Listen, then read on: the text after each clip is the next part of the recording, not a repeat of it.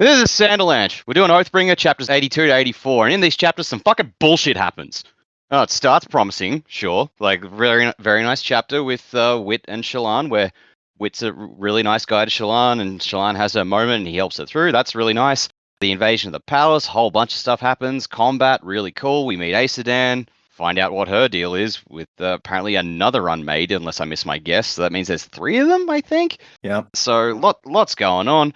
Elhakar's son is there, which is heartbreaking, and Elhakar's doing his best, and they break out in the courtyard, and then the Kaladin's old friend, the Parchment, show up, and it's just combat everywhere. And then Elhakar's about to fucking become a Radiant, when that lumbering shit-stained Moash comes along and fucking murders him. And I was so fucking mad. I'm Dak, and with me is... Jamie. Joe. And Data. Enjoy your bloodshed, you monsters. The Sanderlanche is about to begin. Yearnings intertwined, the golden age in ashes once again.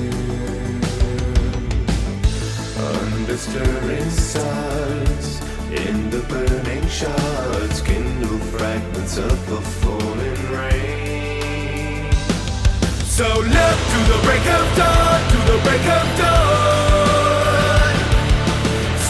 So yeah, 3 chapters this time, but rather eventful chapters, I would say. What did you guys think of these 3 chapters?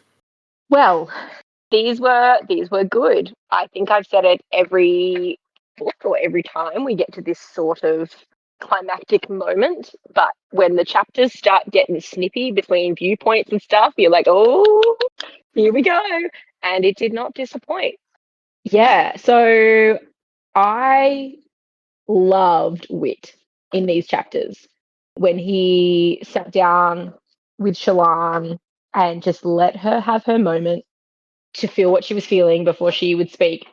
I just thought that was it's not the Wit that we normally see, and I really love Wit and Shallan's interactions together. So that was cool.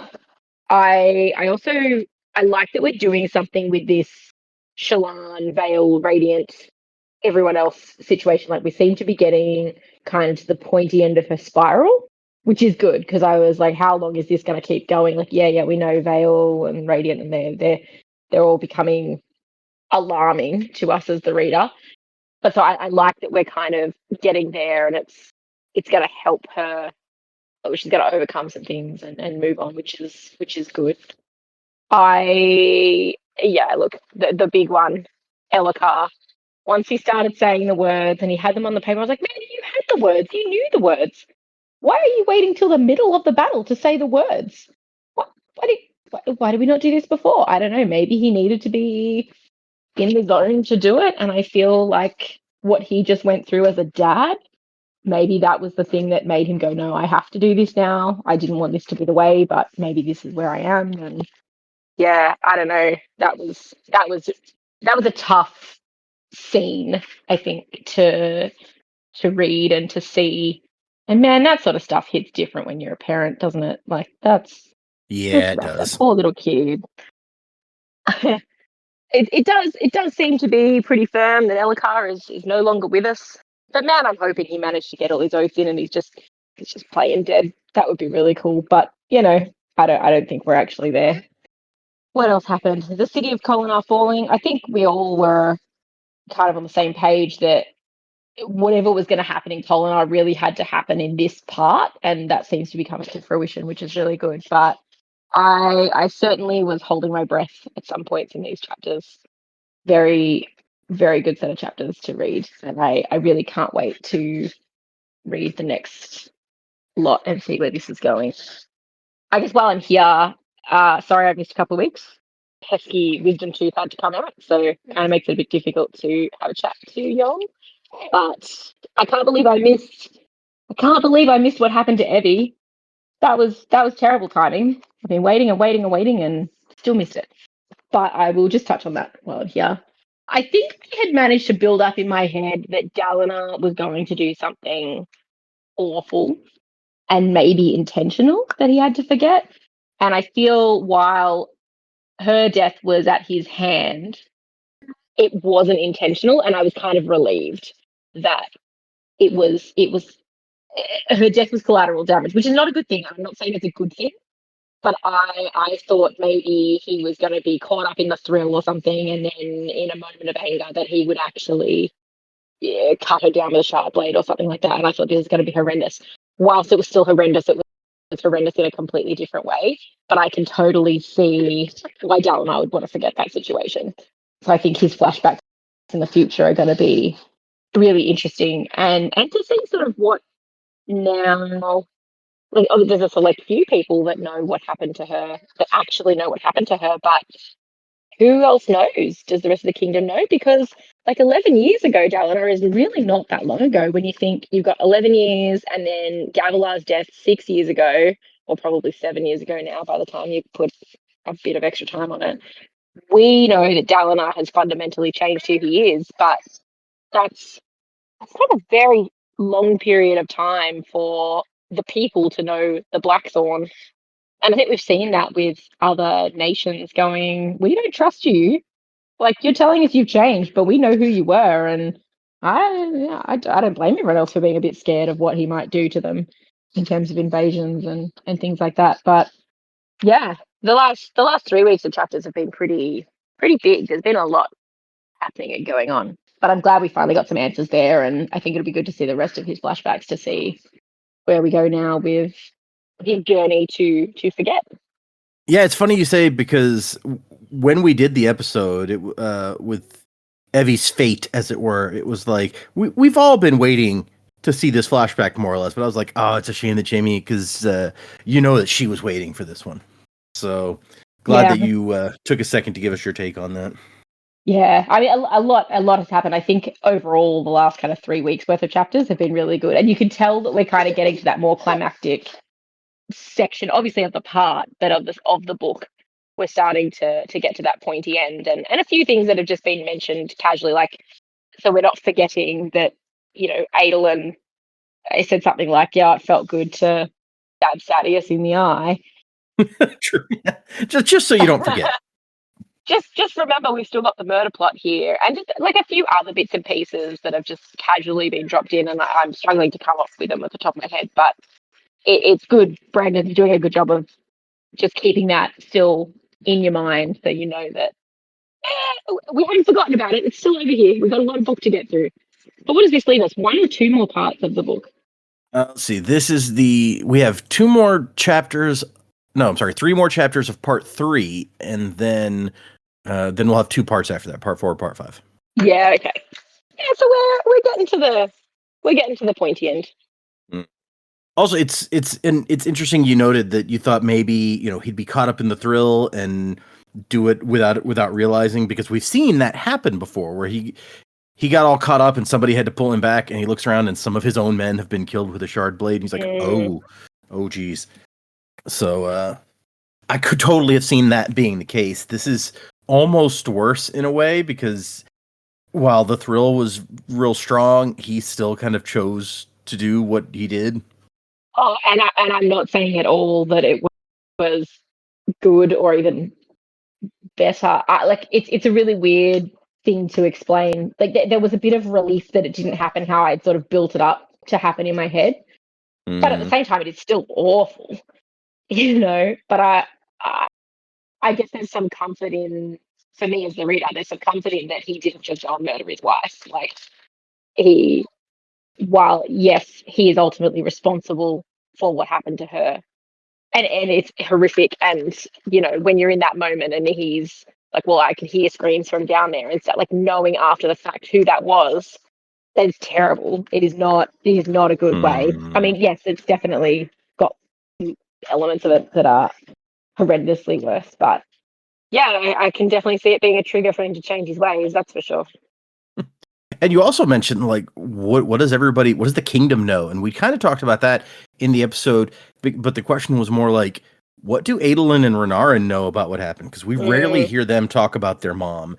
And so, yeah, like, it's been 11 years. What do people know about that situation? Yeah, and if that, I mean, Dalinar was pretty firm on, she didn't defect, but what does everyone else know? Do they still believe that she was slaughtered, and then this was the reason that they went and did all of that? Like, gosh, could you imagine what that would do to those boys? I can't imagine that Adolin would be as close to his dad, given how close he was to his mother. Renarin possibly wouldn't have that many memories of her as such, but yeah, I don't know. I feel like their whole relationship dynamic would change if they knew the truth. I would think, right? Yeah. Mm, It would be hard to maintain that relationship for most people. yeah. What else? Oh, the one other thing I had was you mentioned that like the wit chapter here. It's like this is not the normal wit, and it's like he's not joking around about everything. He's not like being all sarcastic for the most part. I feel like it really sets the tone for how serious the situation this is. That this guy is not making jokes anymore.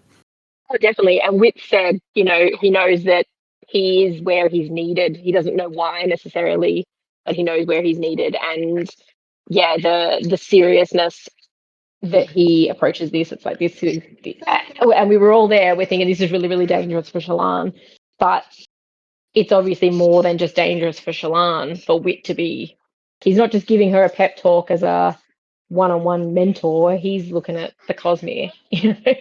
This girl needs to get this sorted out because it's not going to work out well if she doesn't.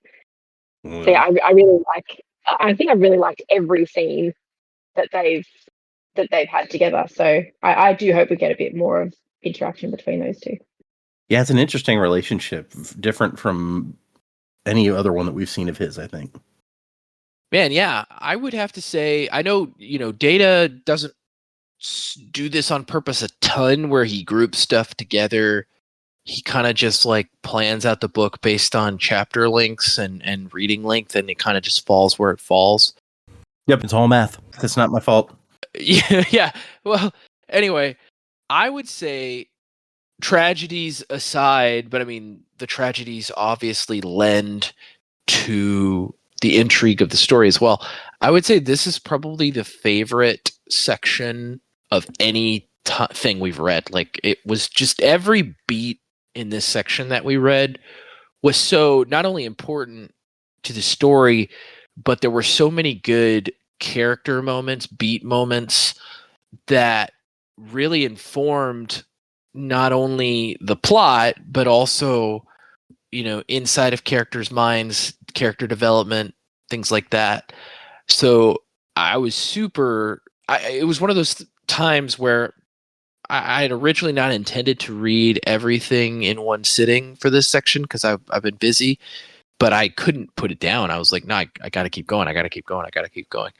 And we're not, that close to the end of the book. Normally that kind of got to keep going feeling hits me when we're like closer to the end and there's a lot of falling action happening and things like that. But this section really had me glued to my seat. So we'll start with the Shallan Wit stuff. Yeah, I think like Hoyd's kind of hinted that he cares about Shallan for some reason. I don't know entirely what that reason is, but he really shows it here, right? I don't know. Like he's come to Kaladin in moments that Kaladin's been in turmoil and he's kind of turned things around for him. But like Shallan is really, really in a dark place, and he comes and really lifts her out, and he's really, really inserting himself. And I think we've talked about this before. He's inserting himself more, I feel like, on this planet than any other time that we've seen him do so. Just throughout this story, he is there for important story moments, and he actually, he's not just in the background. He's talking to the characters, he's interacting with them, and he's doing something for them. So I really enjoyed that part. Yeah, and then we have the attack on the palace. Some really cool bits. It's not like, it's kind of hard, as an adult to read a book and get like chills or tingles for me when there's like some dark stuff happening. But like them assaulting the palace and then finding his wife, and then it turns out like she's basically become like a monster by inserting a gem heart into herself. Like, that's crazy. that's some dark stuff, and it was really cool.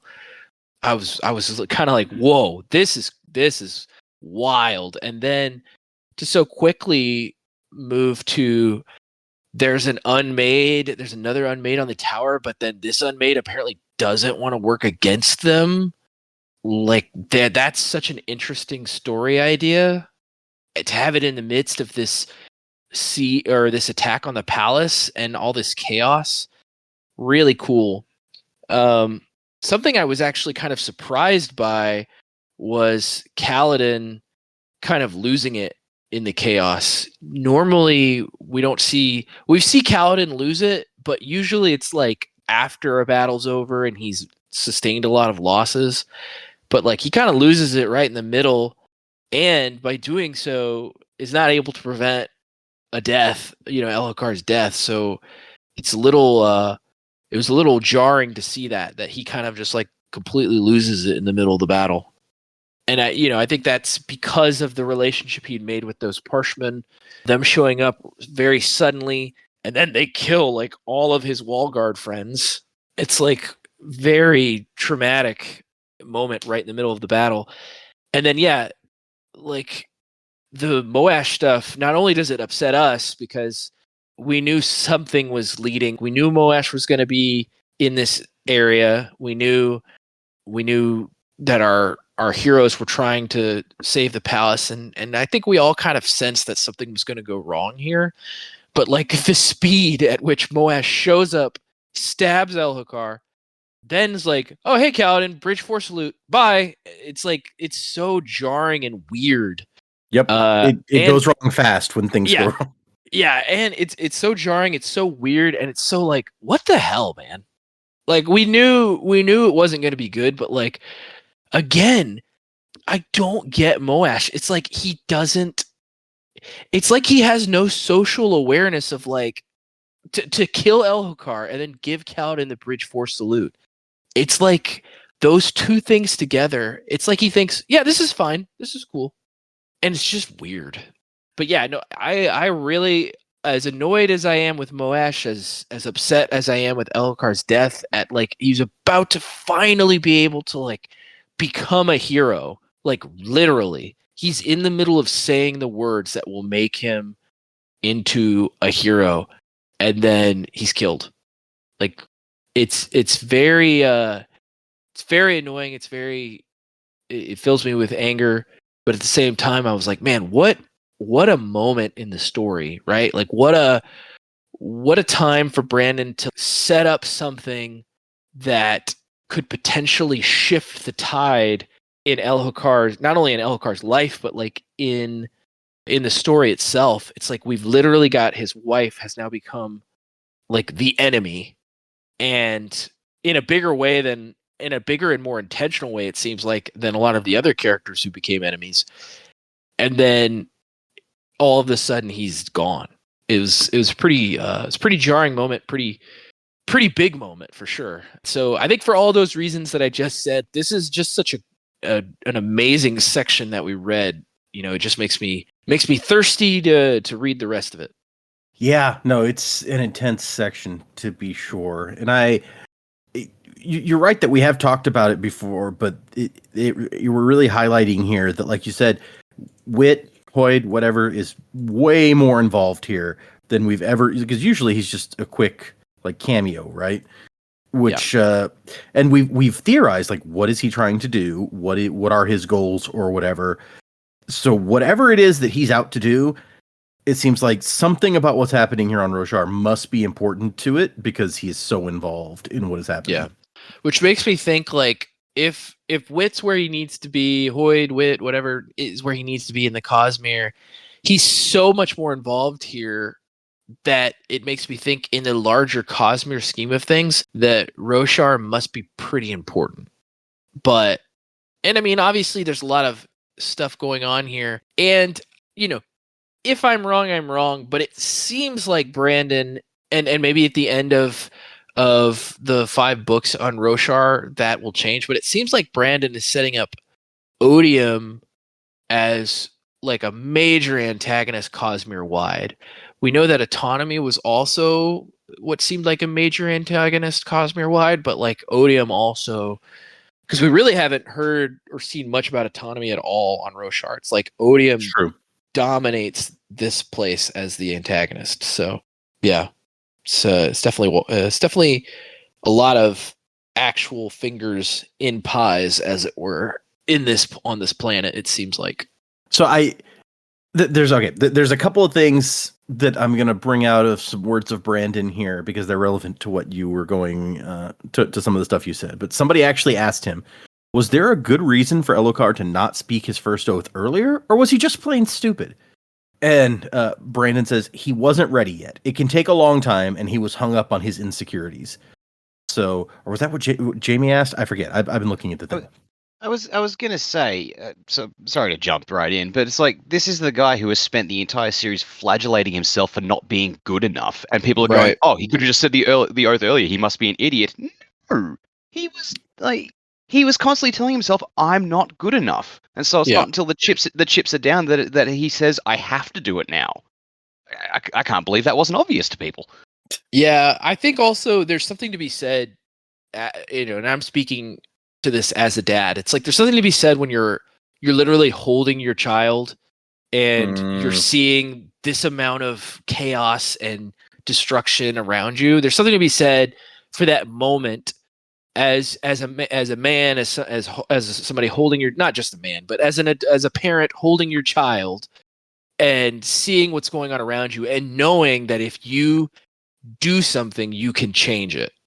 Like, I think that is really what pushes him, right? Because it didn't become real to him. He was in such denial about himself and about what was going on with his wife and the kingdom.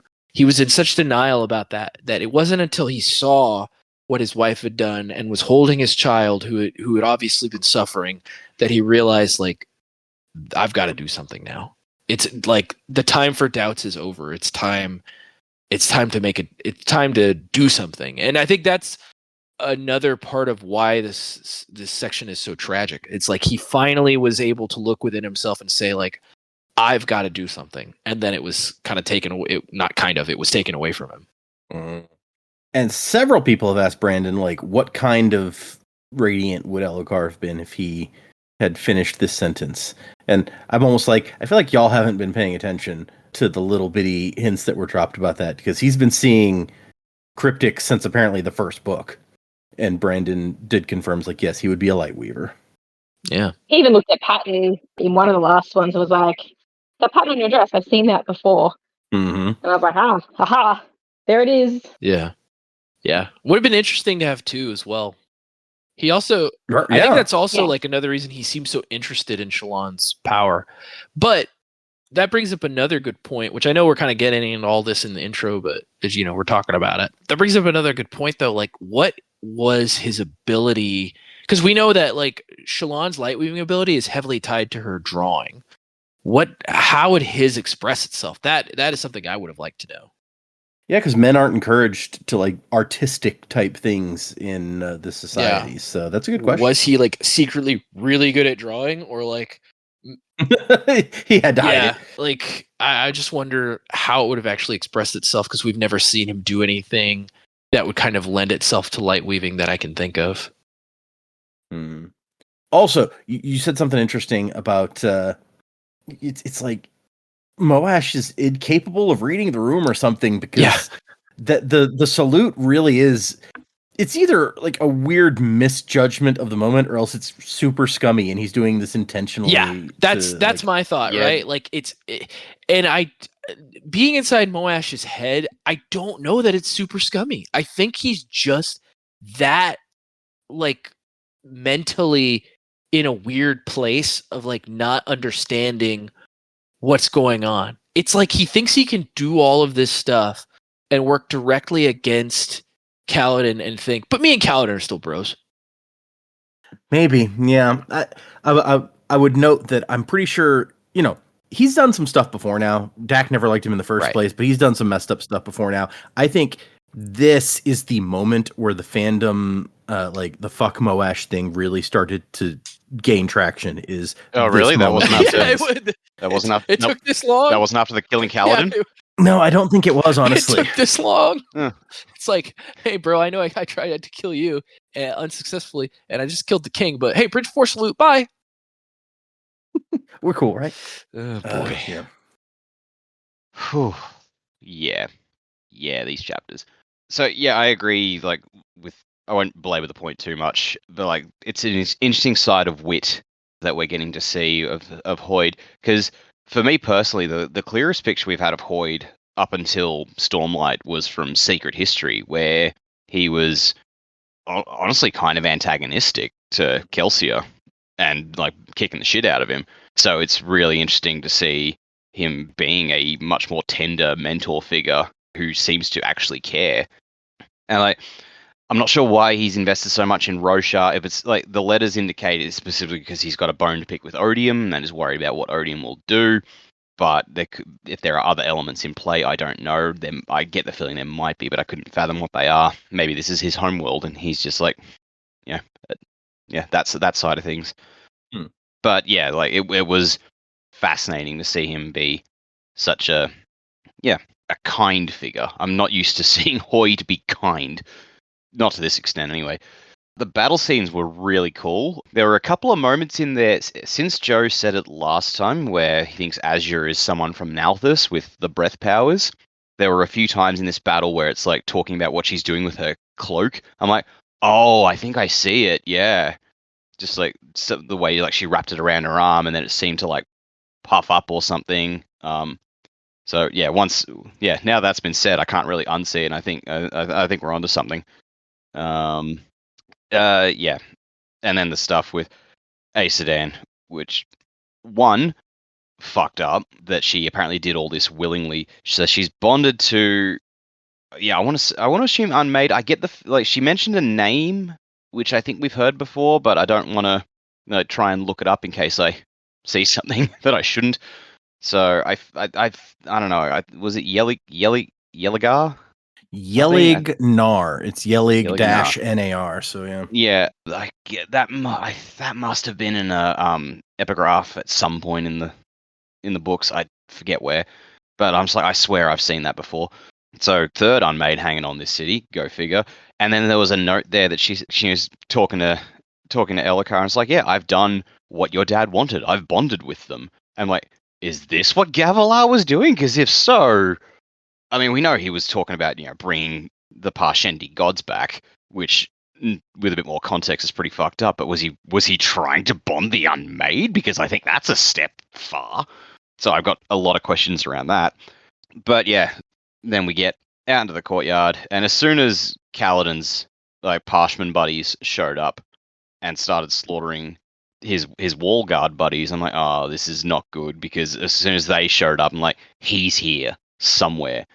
Because you've listened to the episodes. I never thought for a second that Elokar was actually going to die in this section. Because one, I thought that would have been too obvious a thing, but also this seemed like where his character arc was coming after 2.5 books of being the self-doubting king, and that could become a better man. Here's his opportunity, and it just gets so cruelly ripped away from him in the space of a page. I wasn't prepared for that. This might be a reductive comparison, but it does feel like, something that George R.R. Martin would put in A Song of Ice and Fire, where like you think you know where a character is going to go, and then it's just completely turned on its head and taken away, and it's going to have much greater consequences. Objectively, excellent bit of writing. Subjectively, fuck Moash, I'm pissed off, and I nearly threw the book. So... yeah, and as mentioned, like throwing the Bridge Force salute to Kaladin after doing it just feels like, you fucking dick. How fucking dare you? But also that, like, okay, Moash talks about his family and what that did and what Elokar did to them. But what's the thing what's the thing Moash does for killing Elokar? Rips his son out, like a 3-year-old boy, out of his dad's arms, chucks him to the side before impaling the father. I don't fucking care how off the deep end you've gone, Moash. Killing a father in front of his toddler child. Like, no. Absolutely not. I was mortified. And from what we've seen inside his head, we know, like, we don't have to see inside his head now. We know he still thinks he's doing the right thing when he actively took a child from his father's arms before killing the father. Fuck you, buddy. It's weirdly reminiscent to me of that scene from Kill Bill where she's just like, I'm not going to kill you in front of your daughter. So I'm still going to kill you. And she has every reason in the world to want her revenge in Kill Bill, right? So you're like, but even with all of that, she's like, let's arrange a time and do this when it's not, your child is not right there. Yeah. Just Speaking of which, did you see they re-releasing Kill Bill as like one film in the theater? Yes, I think it's been available on like DVD or something for a while. The whole bloody affair, but they're gonna it's gonna come out in theaters December 5th, which is right in the middle of the Dragonsteel convention. Oh. So I'm hoping it's not just a 1-day thing that it's going to be released, because I do want to. It's funny. It's funny to me that they're doing that, because while I agree, it's all one big story, I feel like tonally and thematically those films are pretty different. So like it's funny to me that he's like, I always intended it to be this way. I'm like, really? Because the movies are pretty different. I would agree. Tonally, there is kind of a large difference. Yeah. Anyway, sorry. Back to the other thing, the book. Also, like what you said about was Gavilar trying to bond an unmade? Because that's a bomb to drop if that's what he was actually doing. Now, I don't know if Aesidane was in her right mind and when she said that, or if that's just what she interpreted what Gavilar was up to, which is possible. Yeah, we don't know how reliable or even intelligent she is, to be fair. So, yeah. Yeah. But yeah, like everything about what she was saying, one, gives us some more suspicions about Gavilar. Two, kind of proves the point. Yasna maybe should have just had her killed. Right? That was my thought when I reread it this time. I'm like, man, Yasna really might have been doing everybody a favor if she'd just gone through with it. Yeah. Although it does, I feel like, raise an interesting question in that. So Gavilar, if he had these plans, wasn't including his son, the next king, in his plans, but was including his wife, apparently? Well, that's the other thing. Was he including the wife, or was the wife like putting spies out there and maybe trying to be a worthy queen or something? I don't know. We don't have enough information. Yeah, fair point. Well, okay, let's get into these chapters, guys. We have 3 to cover, and the first one is The Girl Who Stood Up, which clearly, as I think Dak pointed out last time, he's like, wait, isn't that the title of that story? And it's not exactly the title of the story, but as we quickly find out here, that is 100% related as we get that story again. But first, the epigraph is, surely this will bring at long last the end to war that the heralds promised us. So they're planning on imprisoning this unmade that's giving power to the Parsh people, and they're like, surely this will finally end war. Yeah, it's a good thing that worked out. And so maybe now, did they successfully do it and it failed, or did they just fail to capture it? 2 different possibilities, I guess. Yeah, that's a good point. And we come to Shallan, who in the last section found out that all of the people she'd been trying to help, she was actually hurting, including the one kid who ends up dead because of it all. And it's just been too much. She cannot handle it. And so she's basically hiding somewhere. It said that she started cycling through faces one after another, and the people who saw her ran because they're like, oh, it's like a freaky spren. And it just kept going until her stormlight ran out. And she's sitting here picturing all the people who she's killed or that have died, because it's like her mom, her dad, Tin, Cabsal, Yalb. We remember Yalb. What a guy. Yeah. And now Grund. Good old Yalb. And she realizes, like, she's got this persona of Vale, who pretends that she's like this street smart person, but you can't like fake that experience. Shallan doesn't have that experience, so Vale doesn't actually have that experience, and it has now come to bite her. And as she's sitting there in the dark, somebody shows up. And it's just a light at first, and she can't tell who it is, but it is Wit, who comes in, and he just kind of sits down. And like Jamie says, he kind of just lets her get it out. She's like, I should have known better. And he goes, yeah, maybe. Giving out so much food just drew predators. I should have focused on the Oathgate. And he's like, yep, also, maybe. I like there that he's like, he agrees with her. He's like, yeah, I mean, don't beat yourself up, but yeah, that was probably the good idea. I mean, yeah. And then he notes, he's like, oh, by the way, the thieves who killed the child have been seen too. When some of the men in the market heard what happened, they finally formed that militia they'd been talking about, and they forced the Grips to give up the murderer and then disperse. You'll be happy to know some of that food you gave away was still at their base. And she's like, yeah, but is it worth a boy's life? And he's like, yeah, I can't judge that. I wouldn't even try.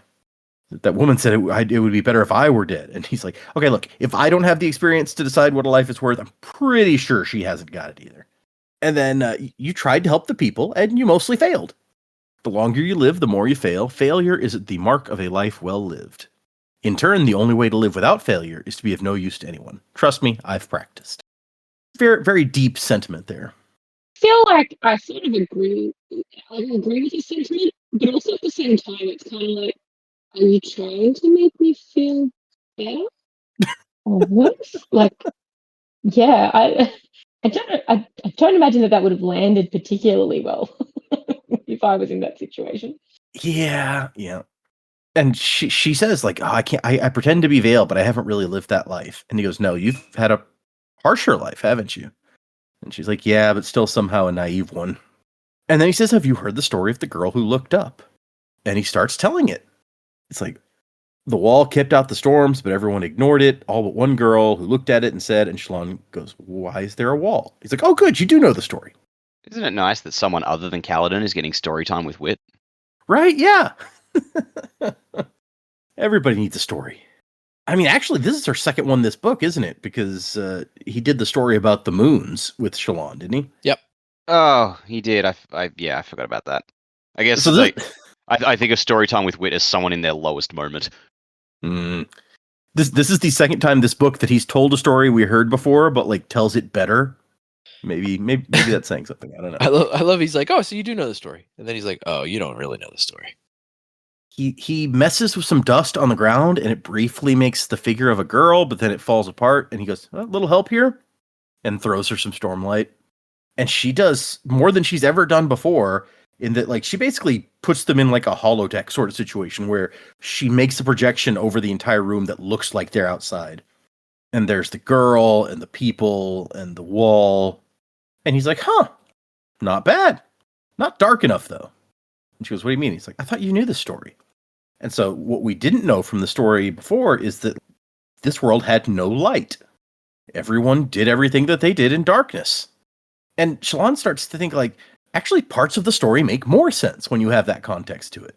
Like, why was everyone like, oh, that's just how the sky is over there, or like, don't worry about that wall, because it in the dark you hardly see it at all, so it wasn't a big concern for them.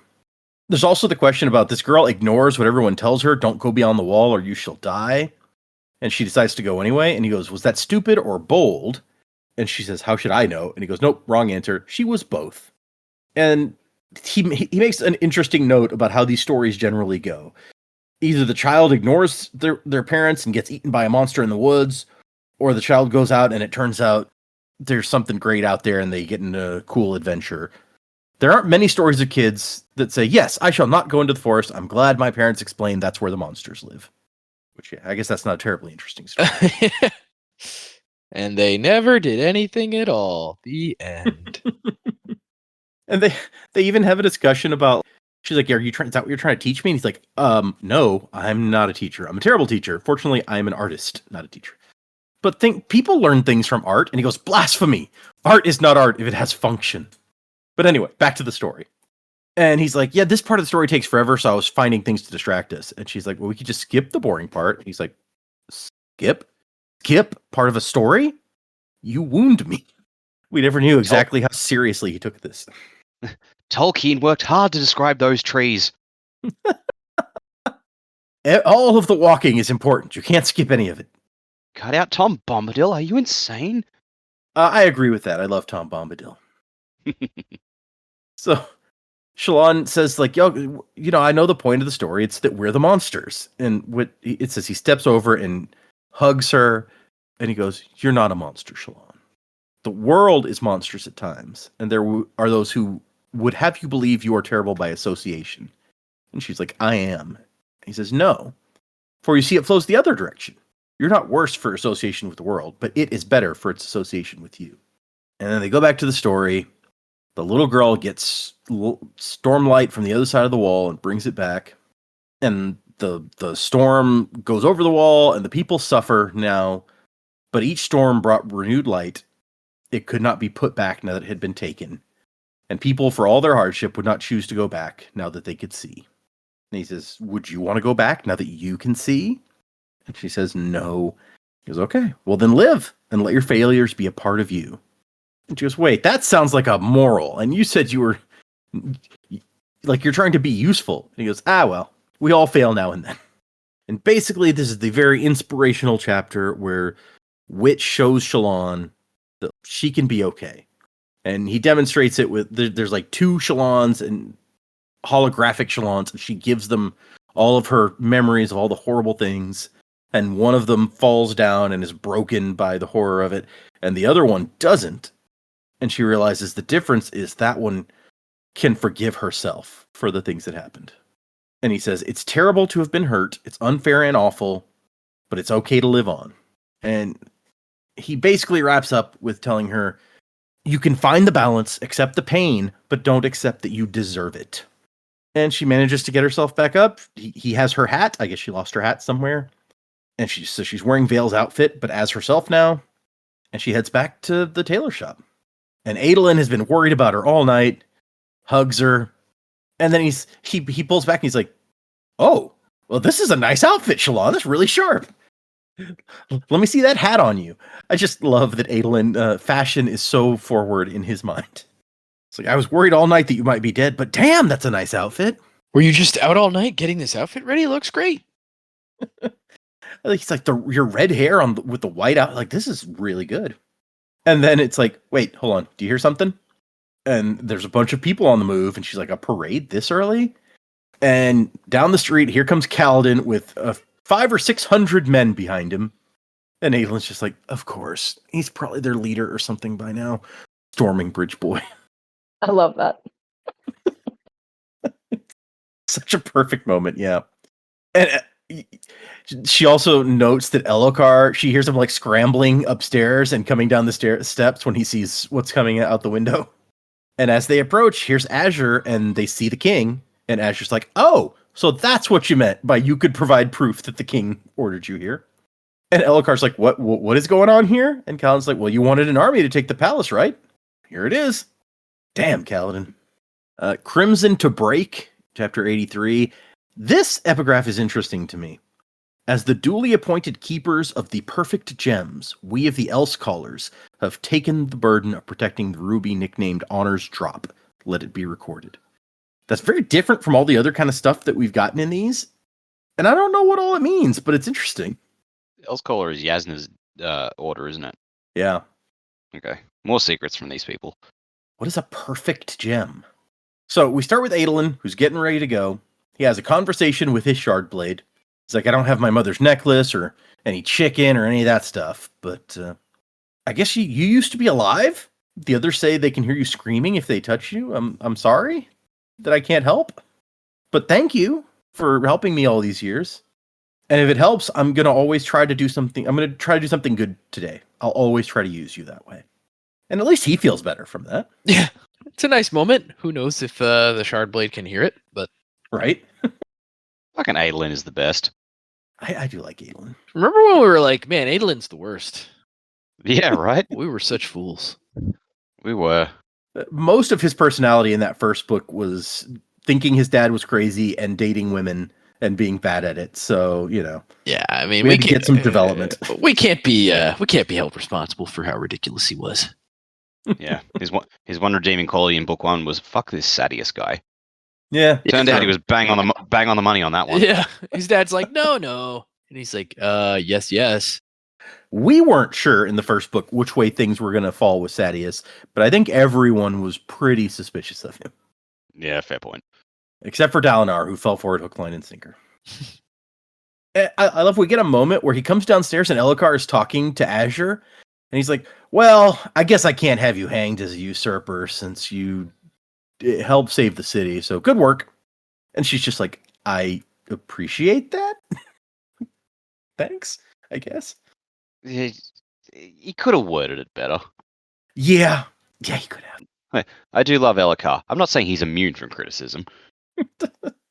No, there's plenty to critique about Elhokar for sure. Oh yeah. He is a flawed person. He can do better. And he's but trying to do better. yeah, in his head, he's probably being very magnanimous. Just like, yeah, you know, technically, you stole command from the people who were meant to operate the walls, which is a capital offense. But I'm gonna give you a pardon for your bravery and everything. It's like, you see what he's going for. He took the worst road to get there, but you see what he means. We've also got a few other guys who have shown up. Some light eyes that Elhokar and Adolin revealed themselves to the night before. And they've got about like 100 troops between them. So Kaladin brought like 600 and these guys brought 100. But whatever, it's not a contest or anything. Way to show up Elhokar again, Kaladin. Good job. Yeah. Remember, we're trying to boost this guy's self-esteem. Maybe think about that. Honestly, given how badly things go, it's real lucky Kaladin brought as many as he did, or they would have been fucked. Not that things went great, even with that many guys, but... It would have been worse if they didn't have them, yeah. And so they're planning the attack, and they need to do it soon. And Elhokar tells Kaladin, your job is to get the queen and the heir to safety. If the Oath Gate works, we go through there. If not, you fly them away. That is the most important thing. So the plan is they're going to assault the palace. Shallan is going to try and go and get rid of the unmade at the Oath Gate so they can use it. And as we see at the end of this little scene, there's an Ardent who they give a span read to, and they're like, half an hour after we leave, use this span read to tell Dalinar to get the troops in place. He's like, but the Screamers will get me. And Elhokar, or I guess it was Elhokar's like, probably they'll be too distracted, but even if they're not, I need you to do this. Like, the fate of the city could be hanging on this. He's like, oh, I feel bad for that Ardent, but... Like, could they leave him a guard? Right? Yeah, like something. And then the drums start going, and Kaladin can tell that's the signal that the city's actually under attack. The whole army is out there, and it's on the move to attack the city. And Azur's like, if we're going to go, we got to go now. So they go. Adolin even takes a moment to tell, like, Yokska and her husband, like, hey, we're going to do what we can, but if the city falls, hopefully they won't kill you. Try to flee the city. Get to the Shattered Plains. We head to the palace, and on their way, as the attack is starting outside, they see something cresting the top of the nearest wall.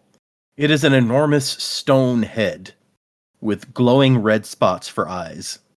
It says it seems just a little bit shorter than the wall because it has to like reach up its arm and pull itself up, but that's still freaking huge. So they have a cave troll? They have something bigger than a cave troll, yeah. Yeah, like what is this? I forgot about this before, but have we heard mention of this thing before? I don't remember this at all. We've seen a time where in one of Dalinar's visions where a freaky red spren goes into the ground and then like a giant thing made of stone like rips out of the ground to attack. Oh. Okay. That seems to be kind of what's happening here. Right. Big rock troll, got it. Yeah, I almost thought it was like a giant... Gosh, I can't even remember what they're called now because we've been away from the Shattered Plains for so long. Great shells? Chasm Fiend? Yeah, I thought it was like a giant chasm fiend thing, but I don't know. Maybe that was my complete misinterpretation of what the text was saying. This thing is, it says, when I go to the description, it's about 30 feet tall, if that gives you a good picture. Let me see if I can find a decent picture. So what you're saying is this story has now become Attack on Titan, because I'm not into that. Oh, here's one from, I think this is from the RPG. Or actually, hold on. Here's one from the cover of Oathbringer. From one of the covers that's out there. Or maybe it's the end pages. I don't know. But this is from the book that we are in. So that's probably a good... where's our chat here? It's not the best picture of the actual thing, but since it's a cover of the book... What the fuck is that? Yeah. It looks like one of the Titans in the Hercules movie. It does. Like the animated one. Yeah, it looks like... looks like the... not the volcano one. Which one was that? The ice one. I think it was The ice one, yeah. I remember this because of Kingdom Hearts, but Yeah. here's the one from the RPG, which gives you a little better view of the thing. Oh, that looks fucking cool. Oh, are those the things that were? I feel like those were the things that were described in like the prologue that they were fighting. But maybe Yes, in the prelude to the Stormlight Prelude. Archive, That's what it We was. get they're not Oh actually. Jesus! We don't see them actually fighting it, but what we do see is, dead ones, right? yeah, Kalak is picking his way through the remains of the battlefield, and let me see. Let me get to that part of it Forgotten about because that. Wow. it's right there at the Yeah, I beginning. kept waiting to see those in the book, and I was like, man, I guess they're not going to show us these weird creatures or talk about them anymore. And then for a while, I thought, oh, they must all be gone. It is the first sentence of the entire book. Actually, is Kalak rounded a rock stone ridge and stumbled to a stop before the body of a dying thunderclast. The enormous stone beast lay on its side, rib-like protrusions from its chest broken and cracked. It was vaguely skeletal in shape, with unnaturally long limbs sprouted from granite shoulders. The eyes deep red spots in the arrowhead face. Okay. I feel like we need to go back and read these books again. We haven't finished these ones. Yeah, thunderclast. Yeah, it's quite a thing. So yeah, there you go. And it says it throws a rock the size of a horse at them, and Kaladin flies into the air, grabs the rock midair, and is rolling through the air with it. But I guess lashes it so it flies back at the thing. Yeah. So again, even though there's not an actual horse, Brandon has to talk about hurting a horse-sized thing. It's a rock, whatever. I mean, why compare it to a horse? It's a really big rock. What do you want him to say? I don't know, a boulder a boulder the size of a chull. Like, why you gotta say horse? I think chulls are bigger than horses. Are they? But anyway, yeah. Size of a wagon. Yeah. Yeah, okay, that could work. I was gonna say he can't say like size of a car, or Yeah, the size. I don't of know a that he's car. ever seen a cow. So I think didn't they talk about cows in this, or am I thinking of something else? I'm pretty that sure might- we've seen them eat beef before, but I don't know that he has seen a cow. Yeah. That might be a Shinovar thing. Yeah. Yeah. So yeah, this thing is like breaking through the wall, but they're like, okay, we got to keep moving to the palace. We got to get the army in here to fight that thing and all of these other people. And Kaladin, his guys, and Shallan kind of fly up into the air. They're going to try to take the Sunwalk, which leads from the palace to the Oathgate platform. So they're like, we'll come in from that way. You guys go in the front door and we'll meet in the middle. Adolin and Elokar and Azure take their shard blades and go up and start like cutting their way through the front doors. There's an interesting note that Azure's shard blade is like shorter than theirs, but also when we see her stab it into somebody, it does something very different from what theirs do. It says his eyes don't burn. His skin does turn to a strange ashen gray though as he dies. Yeah, so that sounds like taking the breath out of someone. Yeah, she literally drained the color. She did, which is actually, that is what happens when they turn a dead body into one of those. I almost said unalived. Once again, it's been too long since we were on now this, but what are they called? We just talked about this. Are you talking about like what Vasher is? No, the No, lifeless. the other one in the crew. Oh, Yeah. lifeless. Yeah. Claude.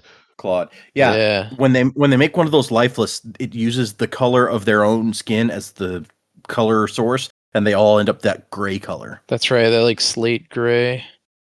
And I love Adolin's like, what the fuck is wrong with her blade? Like, why is it doing that? What the? I mean, he's not wrong. Also, like, I know the wall guard guys aren't the smartest guys, but like, surely one of them has already seen her do this. Were they not like, what the hell was that? I don't know. It says that like she uses her shard blade to scare off the fused when they come in, but they've never actually killed one before, so maybe not. Oh, I guess that's true.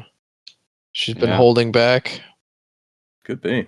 So I feel like this is pretty good confirmation, right? That this person's from Nalthus. Do we have a guess as to who it would be? I feel like Brandon's not going to put this person in here unless we know them already. Yeah, but I can't think of who it could be. I mean, the only person we know that's a woman that's skilled with that got skilled with the blade, at least we assume, because she went off with Vasher's Vivenna, right? Vivenna, that's who I was thinking. Yeah. You think this is I don't know. I don't see it. But I mean, I guess it's possible. But like, Yeah. I mean, we that's- know some years have passed, right? Vasher looks way different. that's true. Yeah, I mean, we did establish Vasher as a returned can change how he looks pretty much at will. I didn't Vivenna remember that was a thing. Okay.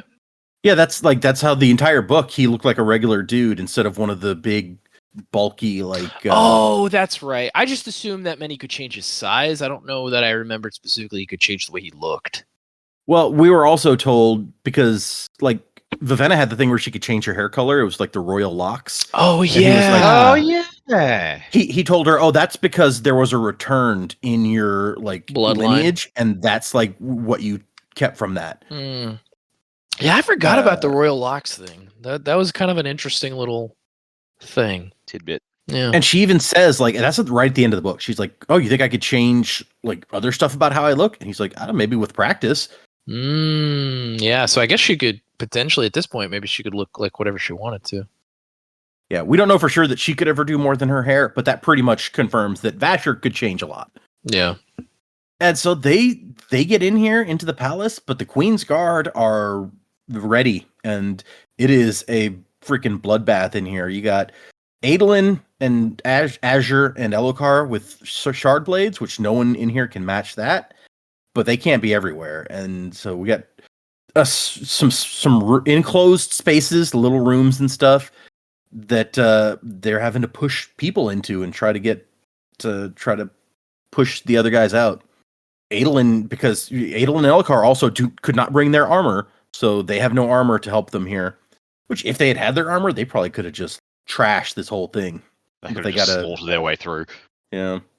And even when they take kind of the first area and they have a moment to relax, and Adolin gets a wound bandaged and stuff, Azure looks up at the stairs, and there's guys with crossbows ready with behind a shield wall, and she goes, "That's going to be crimson to break," which is the title of our chapter. And yet another color metaphor. Yep. Yeah, really not trying to hide it here. It's like we don't use words like that, but okay. I know there was a bit in here. I can't remember where it was, but she used a cloak around her arm. Yes. I don't know if we've gone past that yet, but that was the bit where I'm just like, okay, you're definitely a Nalfian. Right before that conversation, it says, curiously, Azure had removed her cloak and wrapped it half around her left arm. Adolin had never seen anything like it. Maybe she was used to fighting in plate? Yeah, okay. I don't know why having your cloak around your arm would be like fighting in plate, but whatever. So they know that the enemy is outside breaching the walls. They actually, there's a crashing at a gate, and then it falls silent. And they're like, okay, they're in, and that's not far from here. So they're going to be at the palace soon. And then one of the officers tells Elokar, hey, we found something weird. The door to the palace garrison is locked from the outside, and they open it, and there's a bunch of palace guards in there. It says they're in ragged uniforms. They're all dirty. And they're like, Your Highness, Prince Adolin, it is you. Oh my gosh. This guy, a bunch of the palace guards wouldn't follow the Queen's orders, and so they got locked in here and basically just forgotten about. And something real weird is happening in this palace because Adolin's like, okay, you guys must be in bad shape. Go get taken care of. And they're like, what? No, we can fight. And he's like, what are you talking about? You've been locked in there for weeks. I don't expect you to be combat fit. And the guy's like, what? No, it can only have been a few days. We've only eaten 3 times since we got thrown in there. And everyone, the other guys are nodding and agreeing with this. And Adolin's like, okay, that's fucking weird. It's like it's like a weird pocket time or something, or to make it more Cosmere relevant, it's like a weird preservation thing where they got preserved. It's very strange. Or it could be a speed bubble like Wayne or Marasai, whatever. I think it's actually a thing. If you, and I've read other books where it's people were trapped in a certain prison or something for years upon years and years, but they couldn't see the outside world. They couldn't see the sun. They had no idea of the passage of time. No, because they were just stuck there. They just assumed, oh yeah, it's only been a little while. That I get, but there's other clues in this chapter that obviously something's going on. They go by the food, and it's that food should definitely be rotten, but it's not. Good point. Yeah. Okay. Yeah. Point taken. Yeah, something is going on. Something weird. I mean, I could understand being like, not understanding the passage of time, but also saying we've only eaten 3 times, that's Mhm. pretty specific. Yeah, he's like, we've eaten 3 times so that's why we think it's only been a few days, as opposed to like being weeks and weeks. Because yeah, being in the dark, not understanding the passage of time, it reminds. This is a very American thing because I don't know that you guys don't have. Do you guys have Law and Order in Australia? We operate on Mad Max rules. No, the show Law and Order, I assume is what Oh, he's that talking Yeah. about. yes, that is down here. Oh, that was funny. There's your reminder to the audience. I'm a fucking idiot sometimes. No, I mean I should have been more more clear with what I was saying. Do you guys have the show Law and Order? Yes, Yes, that yes, makes we it down do. here. There's an episode of SVU. I know this is super random, but it just made me think of it. Where he like, I think it's like the main male detective Stabler. He's like, well, that guy deserves to be in solitary confinement. And they're like, I don't know, nobody really deserves that. And so he's like, well, I'll go into solitary confinement and see like, what it's like. And he's in there for like 2 or 3 days, but he thinks it's like full week, and he's super mad at the dude. That the prisoner that like, or the prison guard that like let him be in solitary. He's like, you're supposed to come get me after a couple of days, and he's like, I did. I've always wondered about that. Like, yeah, solitary is supposed to be real bad, and on the one hand, I'm like, it'd be interesting to try. On the other hand, like, I don't want to horribly scar myself because I was just like, hey, wouldn't that be cool? Yeah, it's like again, I don't know why I'm plugging him because he's a gajillionaire, but like that Mr. Beast guy, he does all those like crazy challenges, and one of them was like being buried alive for 7 days. It's like that sounds terrible. No, not doing that. Fuck that. That Ryan Reynolds movie, Buried. That was horrifying enough. That was only 90 minutes. Yeah.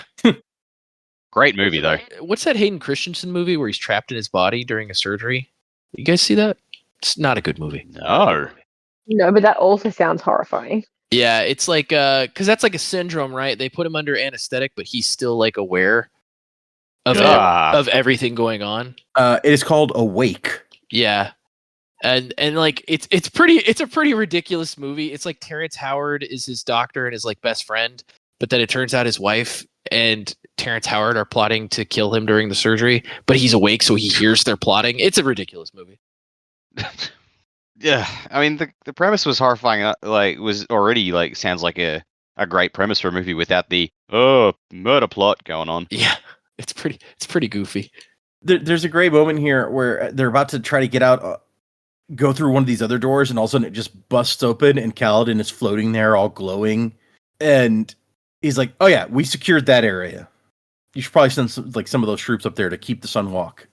And then Adolin looks out onto the Sunwalk and sees all these dead people, but also the corpses of Kaladin, Scar, and Drehy. He's like, what the? And Shallan's like, yeah, some of those flying ones came in, but as soon as they thought the like glowy bridgemen were dead, they took off again. I love that. She's like, I just made some dead bodies to like look like them. It's cool. Yeah. And so part of the crew go, Shallan, Adolin, some of them go out to try to get rid of the unmade. Meanwhile, Kaladin is going to go with Elhokar to find his wife and son.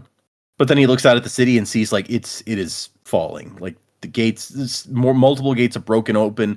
Ladders people are pouring over the tops of the wall. But he's like, if we can fix this, if we can get the armies here, we can push them back. I feel like that would be a freaking meat grinder for the people in the city, all the innocent like refugees and stuff that are stuck here. If 2 armies were battling all the way back and forth through the streets, and so they get her over there to the area where the control room is, and they see the giant heart, the mass over the top of this dome. It's this dark vein spreading like roots, pulsating. And Shallan's like, all right, I guess I'll see what I can do. And that's the end of that chapter. And then we get our last chapter for the day, The One You Can Save. And the epigraph here says, the enemy makes another push towards Feverstone Keep. I wish we knew what it was that had them so interested in that area. Could they be intent on capturing Ral Elorum? Which, if you guys remember, okay, so Feverstone Keep is the place that Dalinar sees in the vision where the Radiants give up their shards and break their oaths, right? When he took Yasna and Navani to that vision, they were like, we've tried to figure out where Feverstone Keep was in the real world, but nobody has any idea, essentially. Like, it's not, the name's not recorded anywhere they could find, and so they try to find context clues. Navani even says, like, I'm going to figure it out, even if I have to make one of these guys get down in the dirt and draw me a map of where we are. But the mention of Ral Alorum here finally gives some context for where it might be, because Ral Alorum is in the far northwest of Roshar, in, I think, what's Erie on the map. I think that's the thing I'm the worst at in reading fantasy and literature, is like looking at maps and knowing where things are. Like, I'm just not good at it. See, I love the maps, so... I wish I did. I wish I was like super into it and was like, yeah, like this is over here. But I just like, I think geography in general for me has never been like a thing. I know cardinal directions. I can give people directions if I know where I am with cardinal directions. But other than that, like, I'm not super into it. we have map. Yeah. I could pinpoint anywhere in Middle Earth or Westeros, like, pretty easily. But like, That's cool. I wish I knew how to do that. But Brandon's maps, King Killer map, I struggle. Oh yeah, King Killer map. Like, I couldn't tell you where anything is. I just feel like, Yeah, he goes to this place. I know the name of it, and then he goes to the academy. I know the name of that. And... A lot of that takes place in a relatively small area when looking at that map, but it's one of the ones I have on my wall, so I know that one.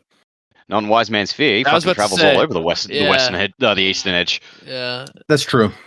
You may also remember, we've heard Ral Alorum referred to a couple other times. It's also called the City of Shadows, and it is the place that Lift grew up. So, if that helps in any way, but yeah. Also, man, what a place to live! The City of Shadows. Yeah, I don't know. Makes me think of like, makes me think of like the Netherrealm in Mortal Kombat, right? Yeah, I don't know why it's called the City of Shadows necessarily. That may actually be. I haven't had a chance to finish reading the Roshar like world guide that came with the RPG stuff. I suspect that there might be information on that in there. Yeah, you'll have to report back to us if we're allowed to know. Yeah. Anyways, into the actual chapter. So Kaladin and Elhokar are going to head up the stairs. He notices he has Syl to scout for him. He's like, "Hey, check up the stairs to see if we're being ambushed as we approach each floor." And then he realizes, he's like, "Wait, Beard? Yeah, Cal? Sir?" And so, like, his whole squad from the wall guard is here. And Norrell's like, "Yeah, we don't have a captain anymore, so we figured we'd stick with you." And Cal's like, "All right, then, let's do this." I got tripped up here because there's a guy, I'm certain we have not seen this guy in the wall guard before. Vakelzel? I don't know how to pronounce that. Yeah. Yep. But I saw that, I thought, no, Crazy Varklav, the slave driver, what are you doing here? I absolutely knew that would be the connection you made. Crazy Varklav. Okay, actually, we have seen that guy. One moment. Jesus. When we're first introduced to the wall guard, it's like, there's Beard, there's Ved, there's Noro. There's also a heavy-set man named Alaward and a friendly man named Vassalslov. Alethi, but obviously with Thalen heritage, because that's clearly a Thalen name. Yeah, so you weren't far off with the slave guy, right? Because he was same. Thalen, yeah. Yep. I do not remember that at all. Jamie, did you hear this guy's name in the audiobook? Actually read this section.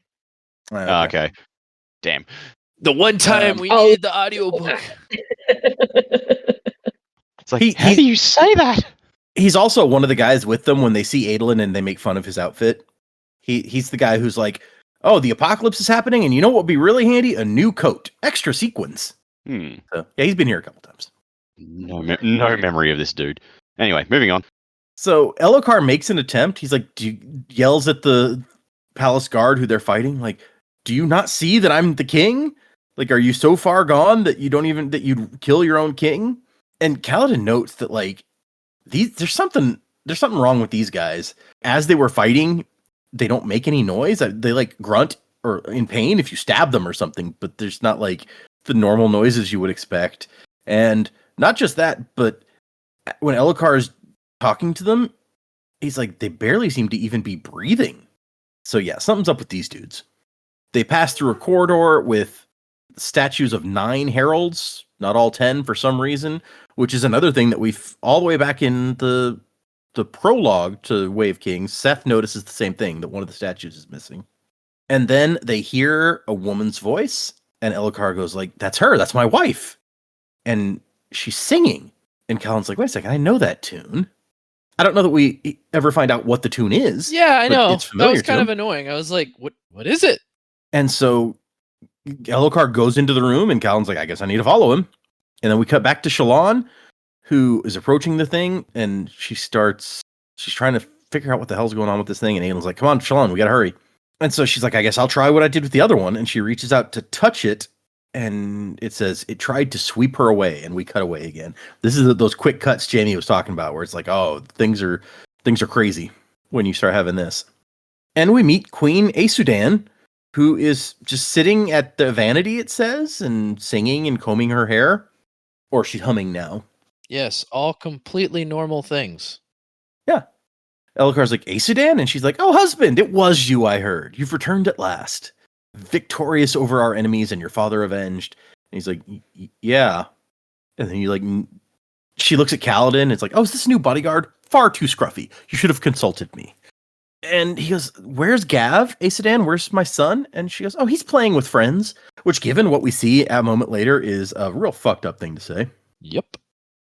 And so he motions to Kaladin to, just look around. And this is where Kaladin sees lavish meals, only partially eaten, pieces of fruit with one bite taken out of them, just tons and tons of food. He's like, "It should be rotten, given how many decays are here, but it's not." And Elhokar's over here like, "Dear one, we heard that there's been some trouble in the city." She's like, "Oh yeah, one of the Ardens tried to overthrow us, so we really should pay more attention to who joins them." And then Syl indicates to Kaladin, like, behind this dressing screen over here. And as he goes over, Elhokar's still talking, like, he says, "Asudan, you're not well. Come with me." She's like, "Not well? There's an evil influence in the palace." Like, "Evil, husband, what a fool you are at times."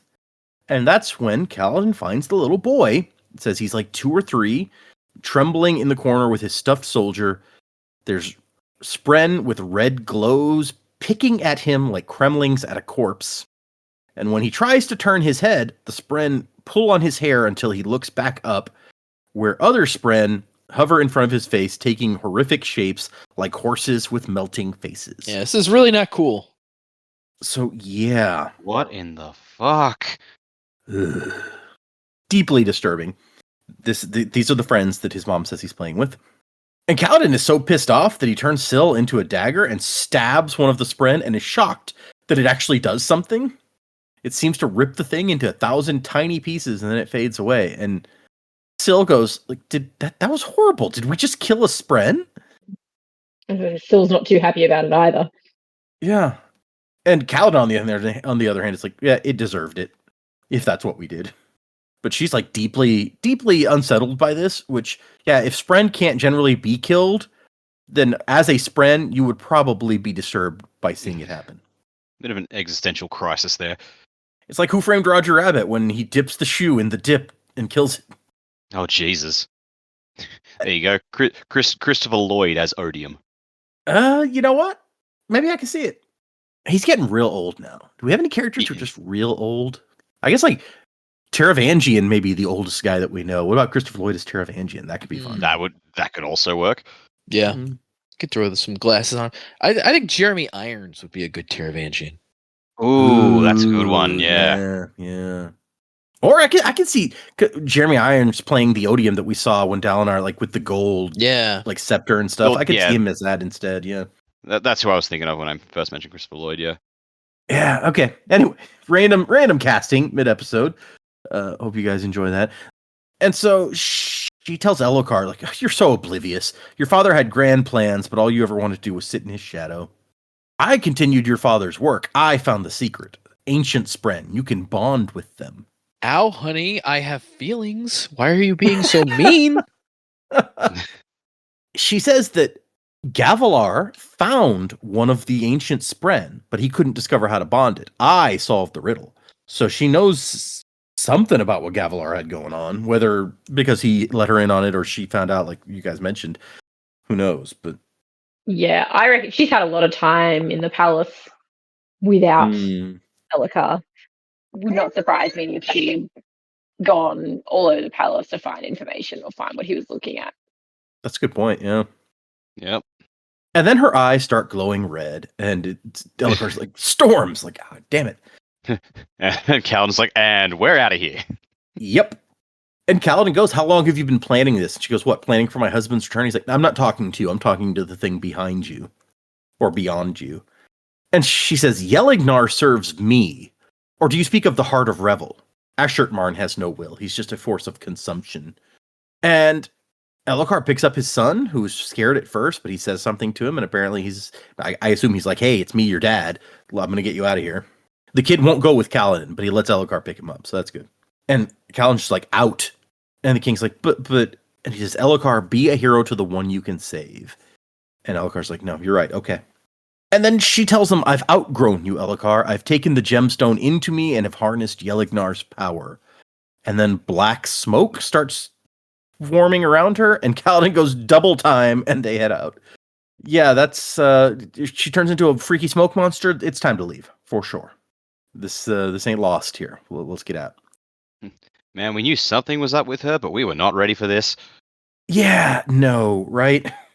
I don't think anyone suspected that she was binding herself to what we assume is an unmade. Yeah. I mean, and letting her son be tortured by freaky Spren. I mean, I think we all expected that she'd been corrupted by something, but not that she had invited it in. Yeah. Yeah. I mean, I do like the idea. It's like, oh, you can bond with the unmade, because on the one level you're just like, that's fucking horrifying, but also it's perfectly logical, because if Dalinar could bond to the Stormfather, why can't these other massive Spren be bonded? True. Is it the same as like a radiant bond, or is it something? Apparently she had to stick a gemstone inside of her in some way, so it's not quite the same, but yeah. It certainly doesn't sound as comfortable as just saying some words. And then we cut back to Shallan, who has this voice in her head being like, give into your passion, your hunger, surrender to it. You are what you feel. And she starts to get kind of lost in it until she hears a new voice, Wit's voice. Like, she's got all these different feelings, and she's like, which one is me? And he goes, all of them. Why do you have to be just one thing, one emotion, one set of sensations? And she says, they rule me, they're consuming me. And he says, then be ruled as a king is ruled by his subjects. Make Shallan so strong the others must bow. And she doesn't know if she can, and then it's gone. Like, she sees, a moment later, she sees the giant heart thing become sludge and melt away, like it's crawling off. And Aylin's like, you did it! And she goes, I did? All right. And so they're going to transfer just the control building first, and then they're going to send the whole army back on the platform. And she goes in, she summons her shard blade so she can turn the thing on, because we know you have to have one of those to work the Oath Gate. And there's a mirror here, but she sees someone else in the mirror. A woman with black hair that falls to her waist. And the thing says, Radiant, my name is Shah Anat, and I am not your enemy.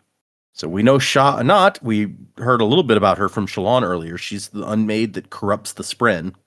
But we don't get any more of that. We got to cut back to Kaladin. And they're running from whatever's going on with the queen and her guards. The guards start shooting crossbows, and Kaladin gets behind everybody and does that thing where he puts the stormlight down so that it sucks stuff towards it. But he's rarely practiced using that power. He used to do it like unconsciously on bridge runs, but he doesn't know how to do it that well on purpose.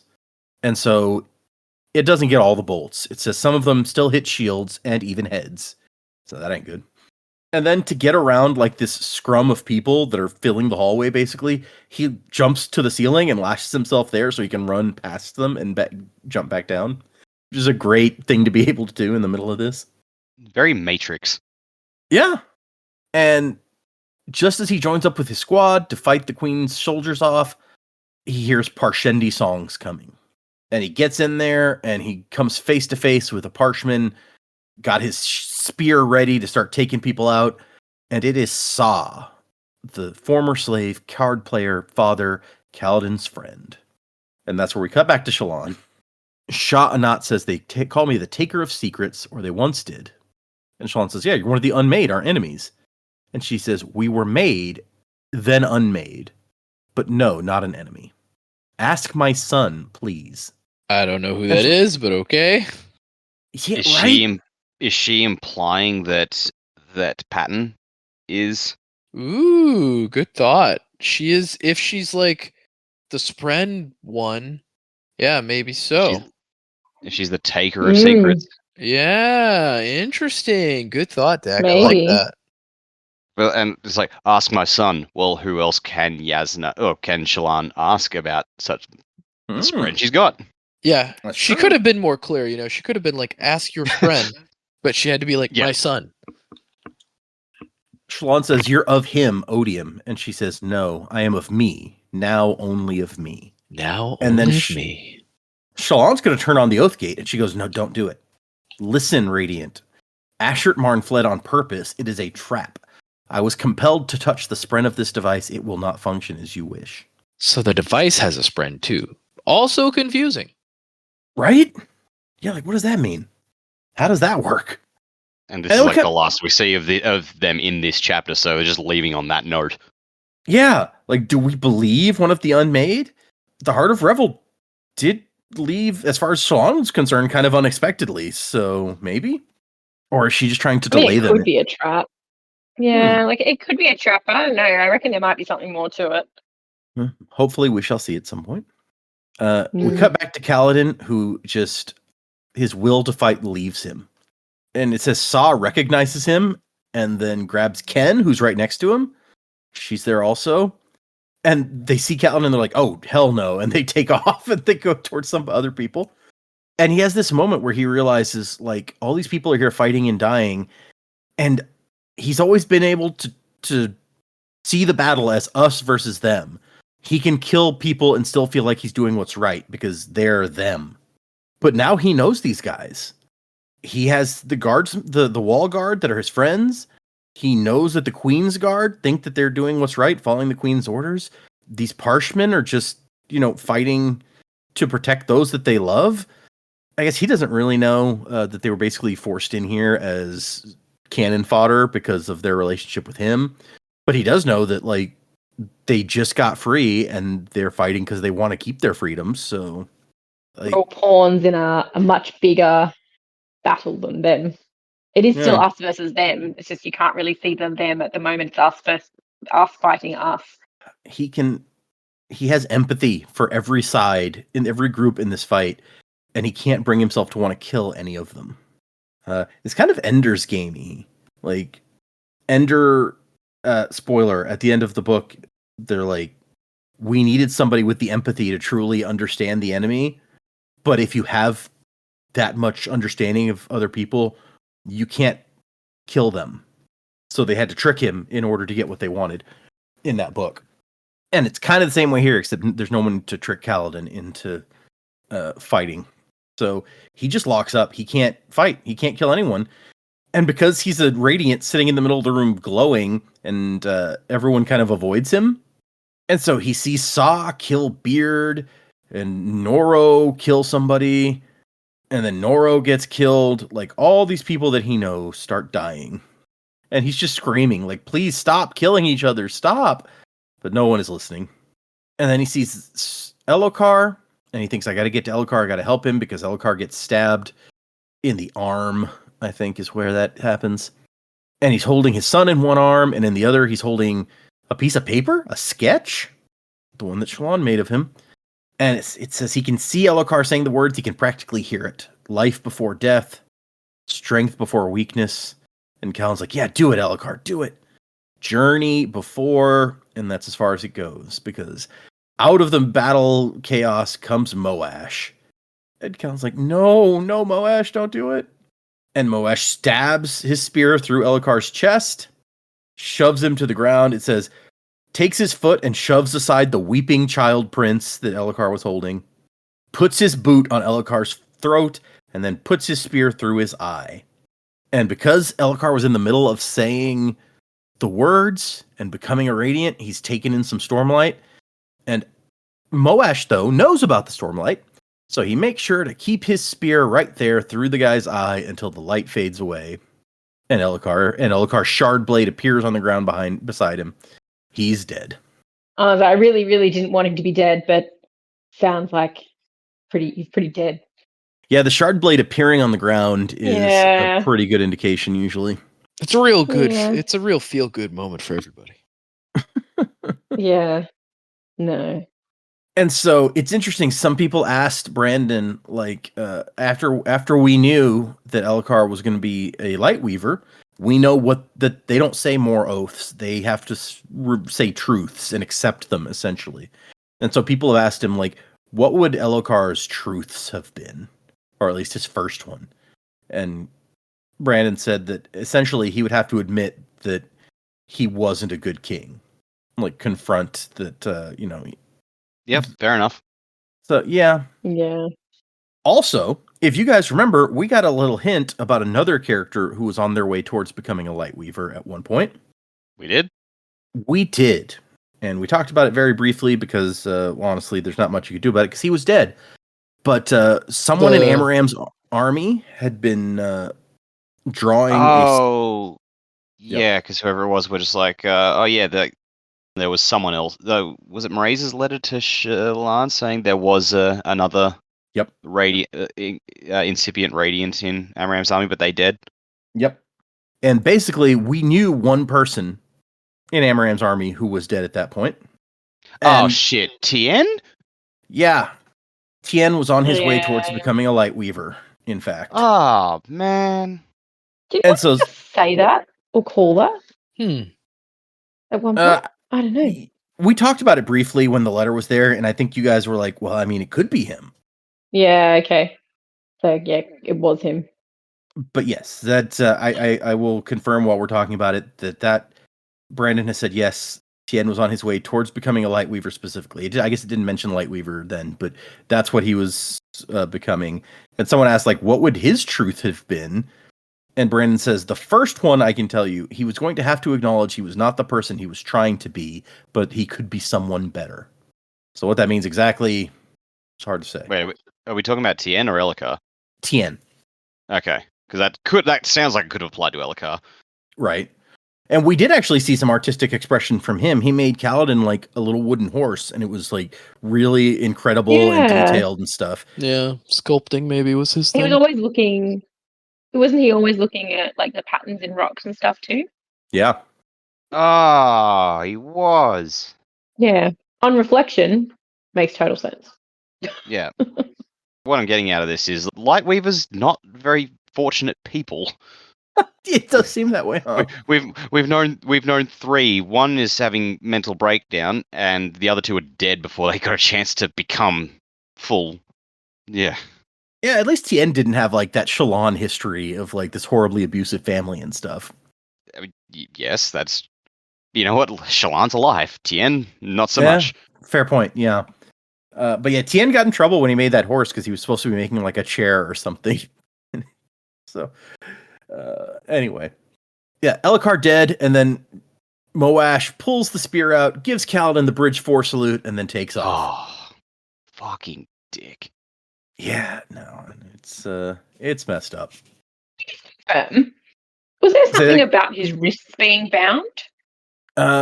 It says he gave the Bridge 4 salute, wrists tapped together, which tapped is 1 P away from being taped. So I guess I could see how that might seem, but I don't think that they're bound. No.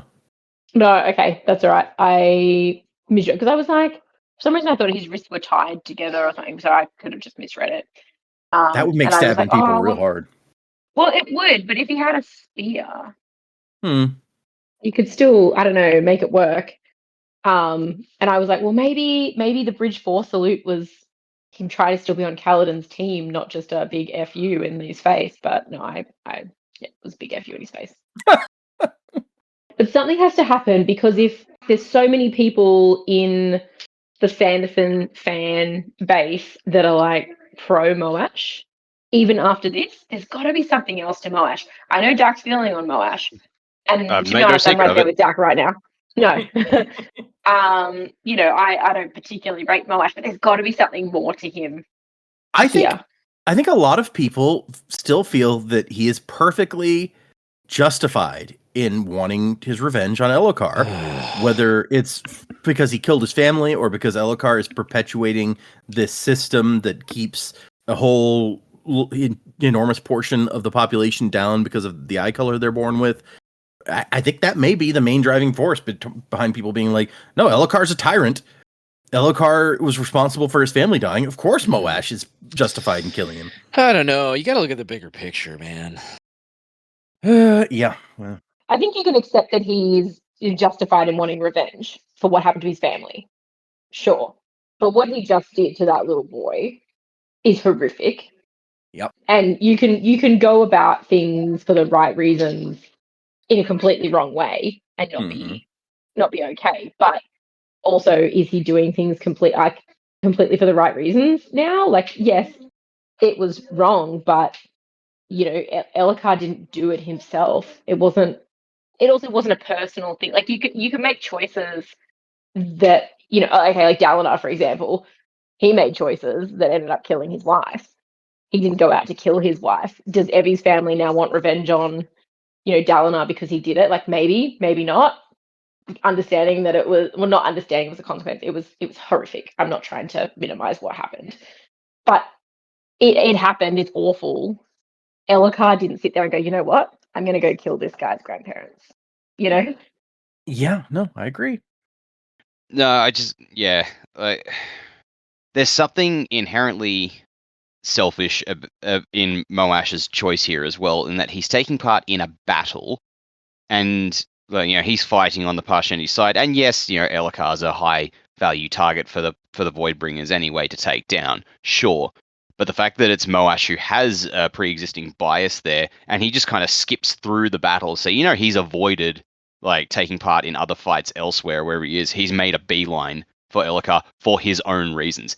Like, in this moment, I do not believe for a second that Moash gives a single shit about the Parshendi cause, the Parsh people. He's just like, oh, there's that guy, and that's all about what I want.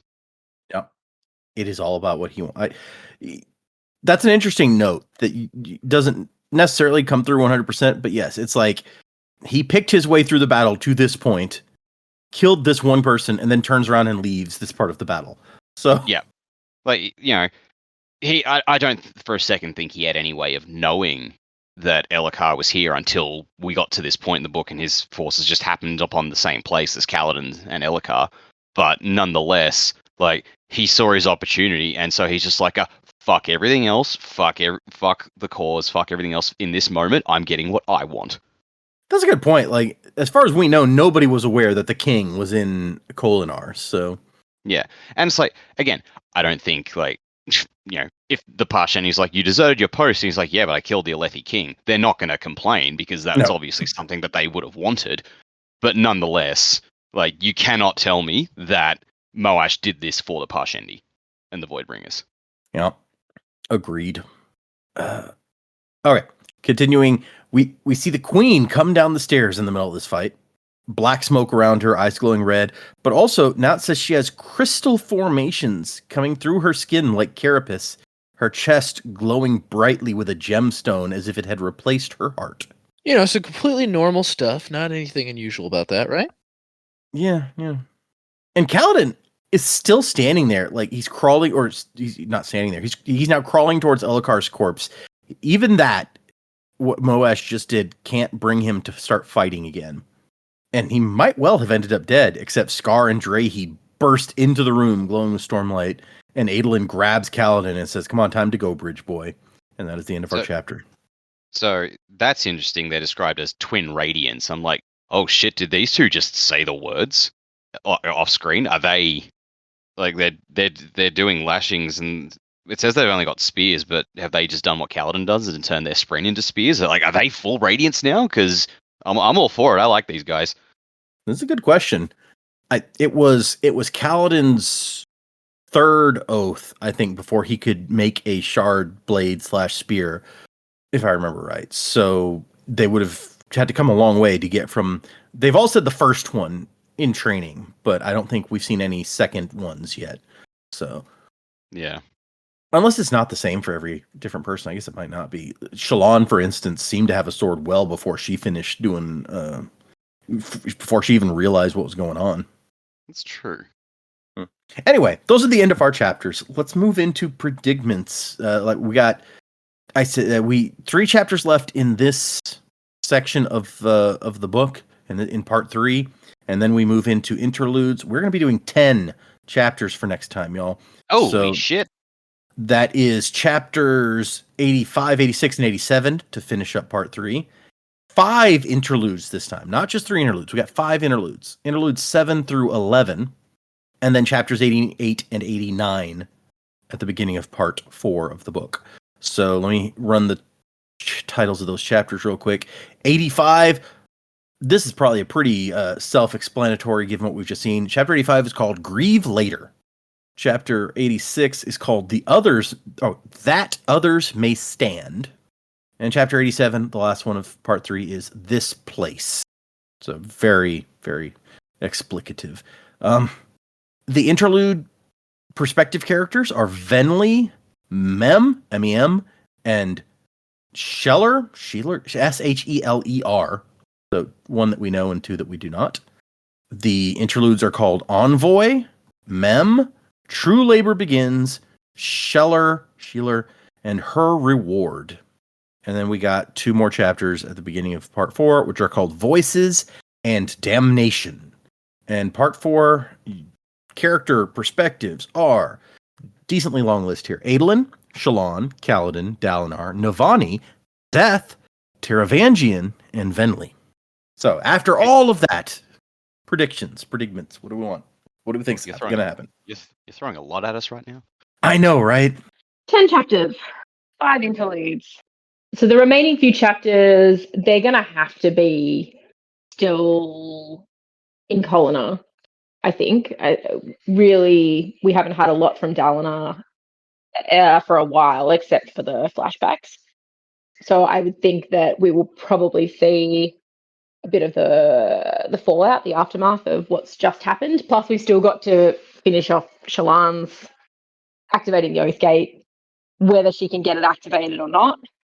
If she was able to activate the Oathgate now, you get the Kholin army or the Urithiru army in.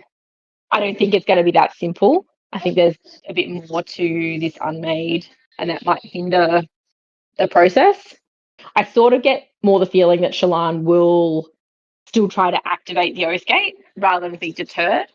And then I think she'll try to activate the Oathgate, and it maybe won't work as expected, which will add another spanner for the rest of the book or the next part. 5 interludes. If we're following a pattern we've had before, the ones that are perspective character names are kind of one-offs. They could be anything or anyone, I don't really know. But the other 3 are going to be Venli's perspective, so we're going to get quite a lot of Pathfinder/fused information, which will probably be good. It's been a while since we've seen that, especially from Venli's perspective.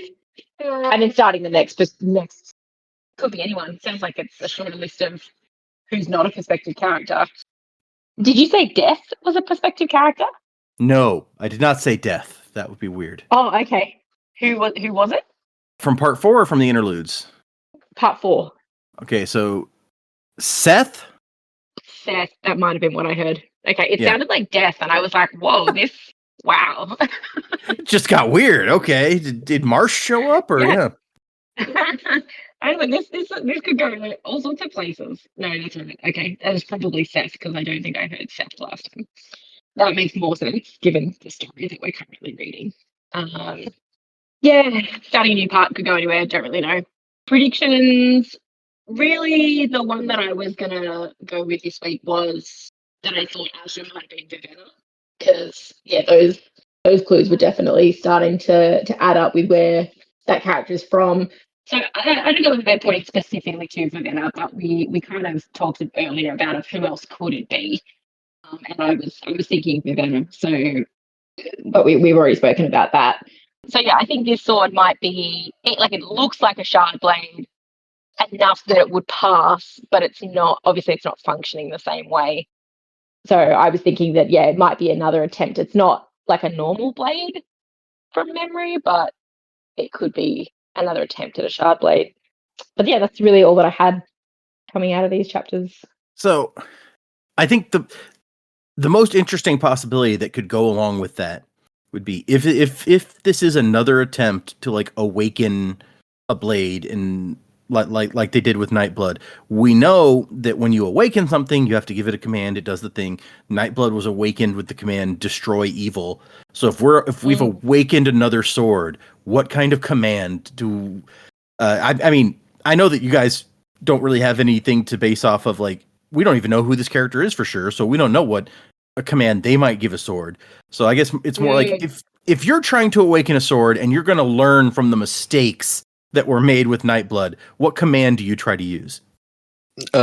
Submit to my will completely. I don't know. Like, I feel like that's the only safe thing to do.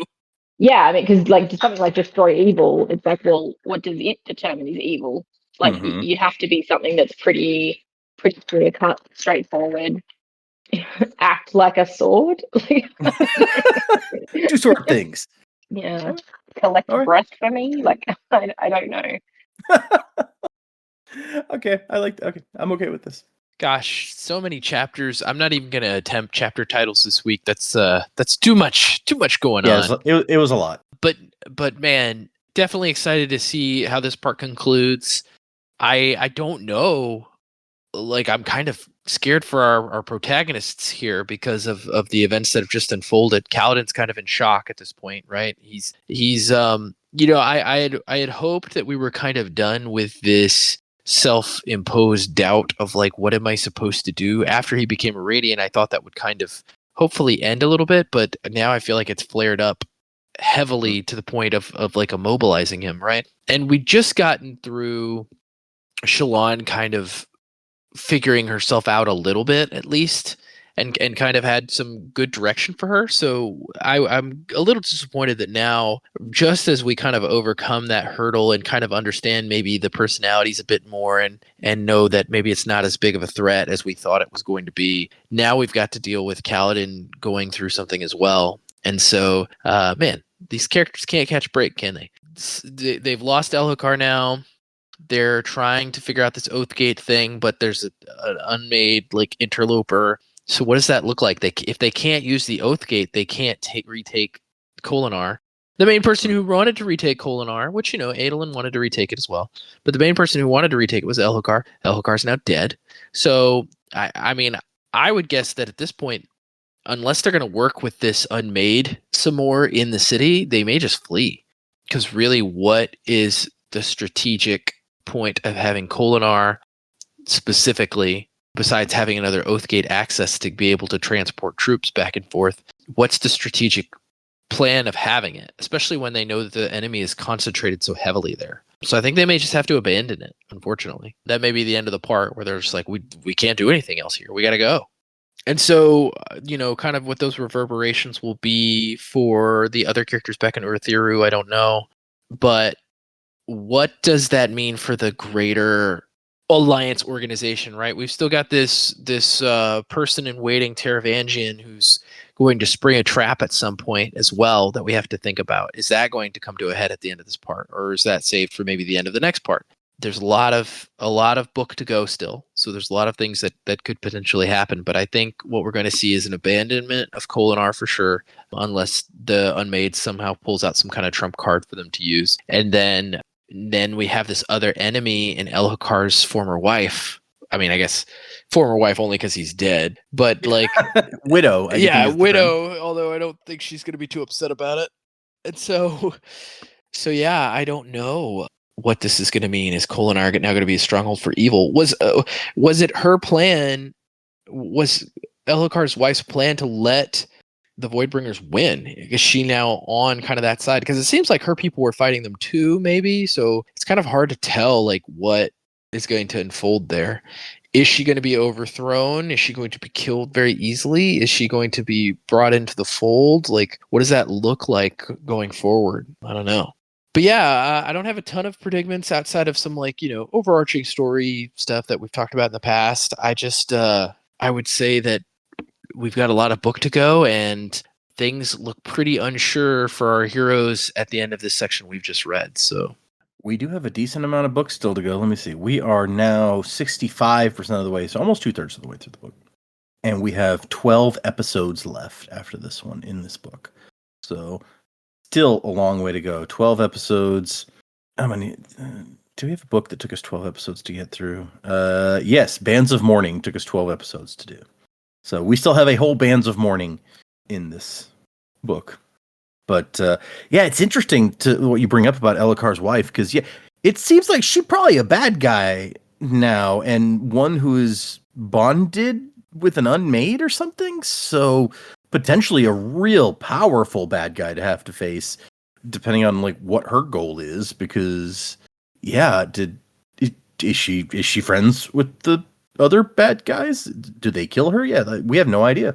And it was kind of a weird coincidence that she did this at this exact moment. Maybe she was waiting for them to invade before she did the thing, or because from the time Elokar starts talking to her to the last time we see her, she changes rather drastically. Good questions for the future, but who knows? I too don't really have a lot to predict this week between the emotionally exhausting events of these chapters and the absolute bevy of chapters we've got coming up for us in the next section. I don't really know too much.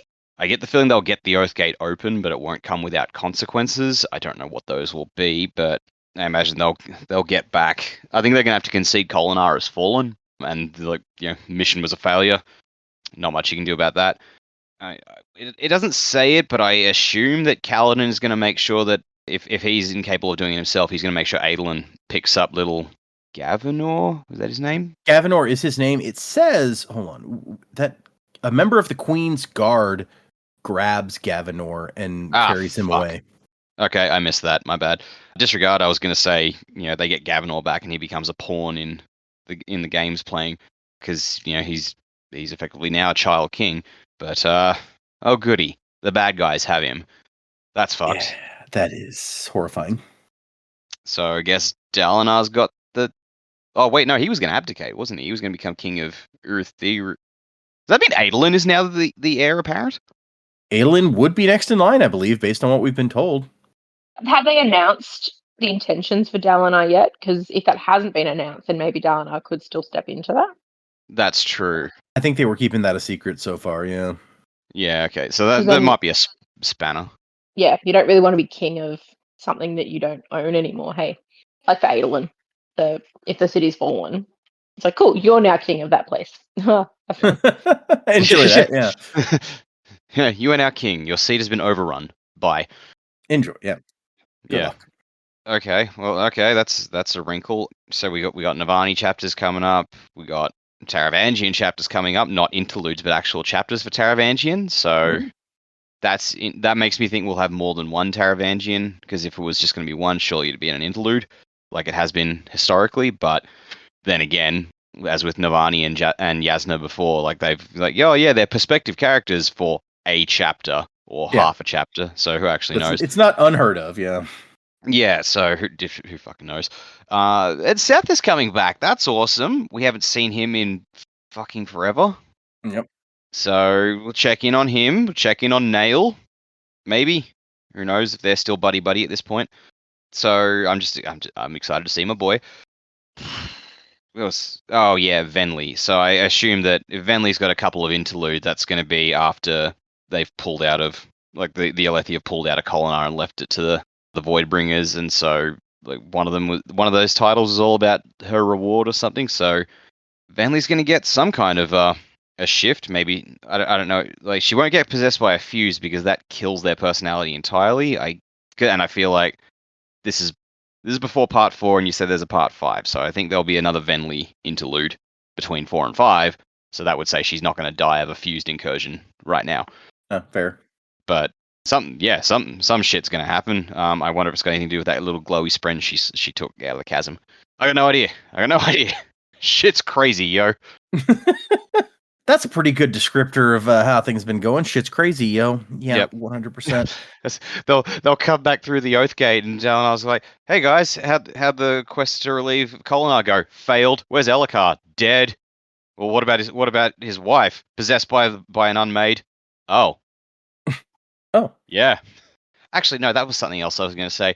If Taravangian has been tracking the unmade, did he know about, like, this concentration of fucking 3 of them hanging out in the one spot? Right, yeah, that seems like the kind of thing that if he's keeping on top of this stuff, he should have known for sure. Yeah. Maybe that was that's part of his machinations. It's like, well, let's let that play out because that's going to destabilize the Colin family position. And I dare say that it will. Yeah. Especially now that given that it resulted in Elokar's death, among other things. Yeah. yeah. That tends to destabilize when the king gets murdered and such. Mm-hmm. But yeah, so what you said about Venli, I hadn't thought about it that way, but it makes some good logical sense. Venli has been our recurring perspective character in the interludes so far. So since there's at least one more set of interludes, it seems like she will probably survive at least that long. Yeah, that's a safe assumption, just based on the pattern of the previous books. Yeah. So, that's cool. So many chapters for next time that it's and you hope. I mean, we don't have Yasna as a perspective character, which I'm always looking out for Yasna. But you hope with how long it's been since we've seen Seth or Taravangian really much for that matter, that to get some like juicy bits of them if they're going to be perspective characters in part 4. Yeah. But I guess we shall find out.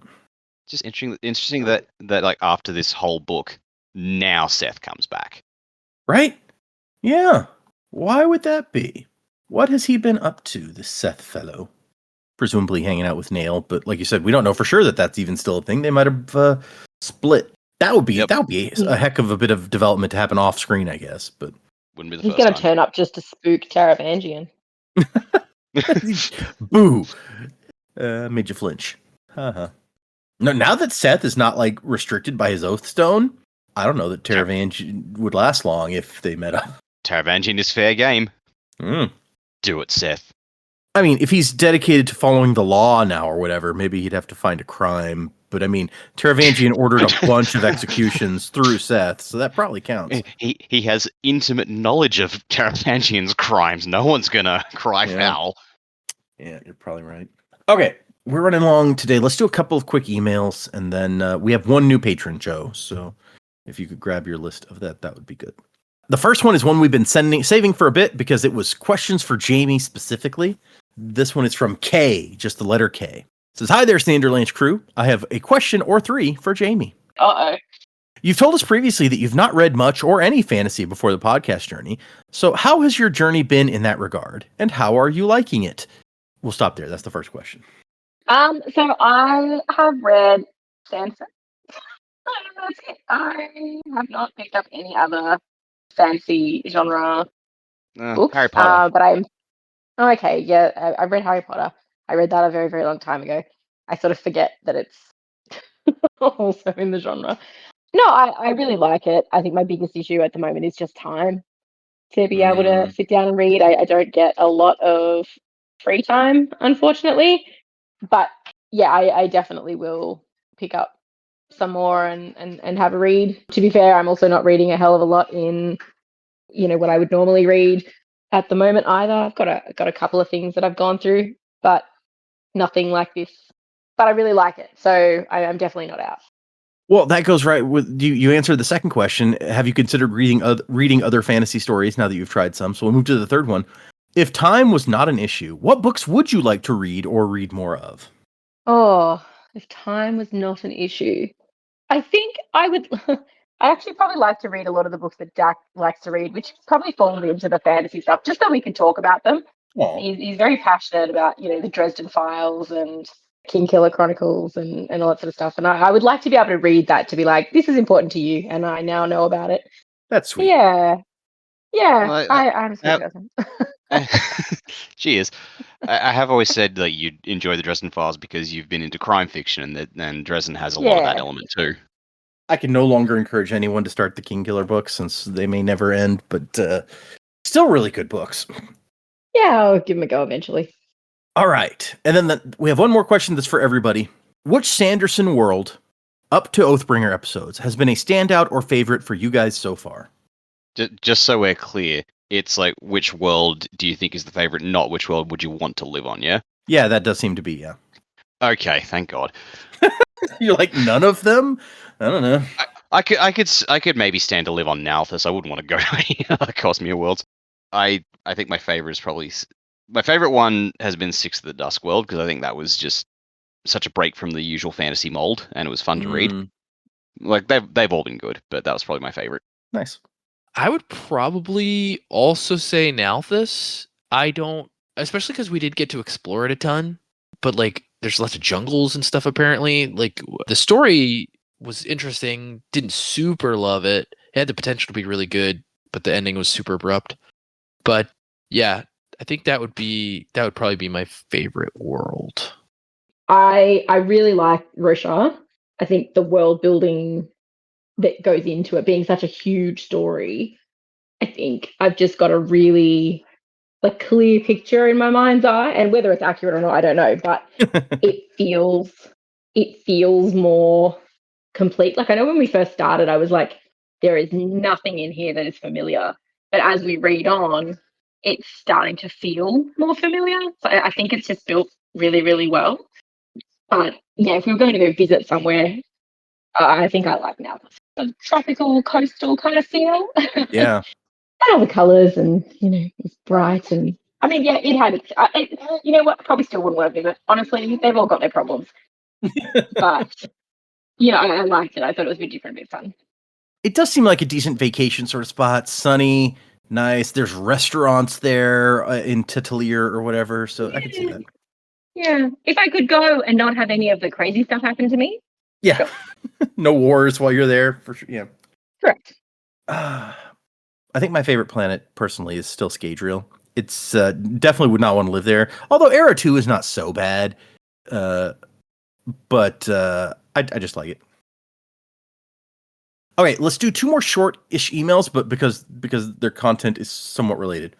This first one is from Anthony. It says it's entitled Horses.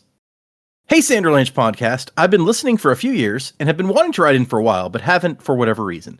But on your latest episode, I noticed you guys gawked at the idea that people were better at running long distance than horses. I am here to say that this is, in fact, a true fact. In fact, humans can outrun most animals given time. Most animals are designed for a quick burst of speed in order to secure prey. Humans evolved a unique hunting style of just chasing animals until they passed out from exhaustion. To specifically note, horses can run 20 to 30 miles a day, maybe up to 40 given good conditions and training, while even a relatively new long-distance runner can do a marathon, 26 miles, in only a few hours. Anyway, that's all I had.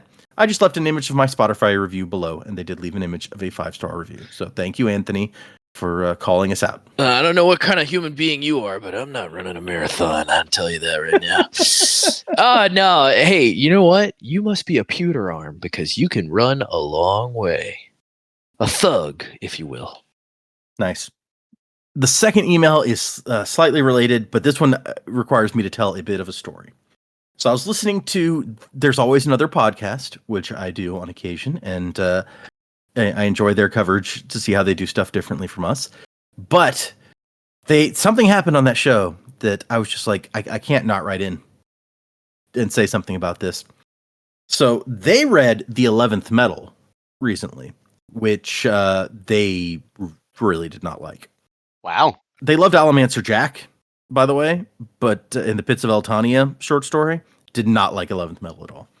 So, but one of the things in there is, you guys probably don't remember, it's been so very, very long since we read the 11th Metal. But it starts out with Kelsier.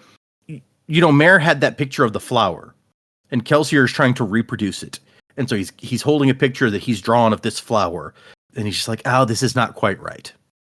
And so in the show, they're like, wait a second, that picture of a flower that he gave Vin wasn't really the one that Mare had? Kelsier was like grifting Vin and us this whole time by lying about where that picture came from?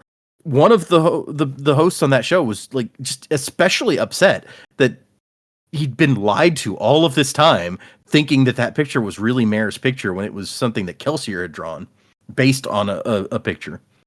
And they revisited that a lot of times in the episode. And so I was like, look, I wrote into them and I was like, I cannot let such outrageous slander stand that Kelsier's grifting Vin the whole time. The picture that Kelsier gives Vin in the Final Empire is not what he was creating in the 11th Metal, because it specifically says Doxin found this picture in Mare's possessions after they were captured and gave it to Kelsier when he came back to town. So Kelsier's trying to recreate it in the 11th Metal, but sometime after that, he gets the actual one. Right. And then I was kind of facetiously like, how could any of you have forgotten such a tiny, unimportant detail years after reading it? For shame. Oh no, what have they dug up in response? And so Justin came back and he goes, I choose to respond to your pedantry with pedantry of my own. In your latest episode, you were highly skeptical of the comment about human runners being faster than going on by horse. But this is actually a real thing. It starts around marathon distance where human runners are at least competitive against horses, and the effect increases as the distance goes up above that and the terrain gets tougher. Hard to say if the particular route to the rift would qualify, since we don't know for sure exactly what it was like, but it's not unreasonable to think it could. Also, you're coming up to the moment I've mentioned before on our show where I literally put down the book mid-page, pointed at it, and said out loud, I fucking know who you are, in reference to a particular character's identity. Looking forward to your ride through Oathbringer, from Justin. So, I can only assume he means Azure there. that is a distinct possibility, given that we've just been talking about who Azure is, and that's one. It could be somebody coming up soon, I guess. We might meet somebody else who's like, I know who you are. In fact, I think we will meet somebody else that I can say I know who you are, if I'm remembering right. Okay. Anyway. But the real question is, do you know why they're sad? We will address when we get there what I'm talking about. But anyways, Okay. I don't. I might know why they're sad also, now that you say that. Yeah. But thank you, Justin, for having some fun with me on that one. If you guys haven't checked out that show, not you three on this show because you're not allowed to, but other people listening, you should check out. There's always another podcast. They're a lot of fun. All right, let's wrap this up. Oh, I'm sorry. We had one new patron as well. And so let me pull up. Our new patron at the ska level this week is Jonathan. Jonathan with 2 O's. I don't know if I've ever seen that spelling before. All right, Jonathan, was it? Yep.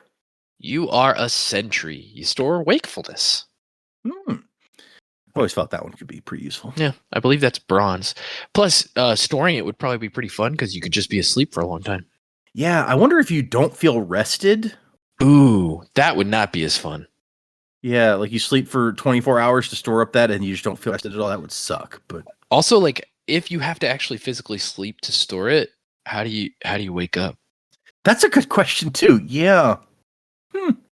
I think I do remember reading, it may have been in the original trilogy, like right leading up to the battle for Luthadel where the Koloss attack, Thazed is trying to save up everything he can save up.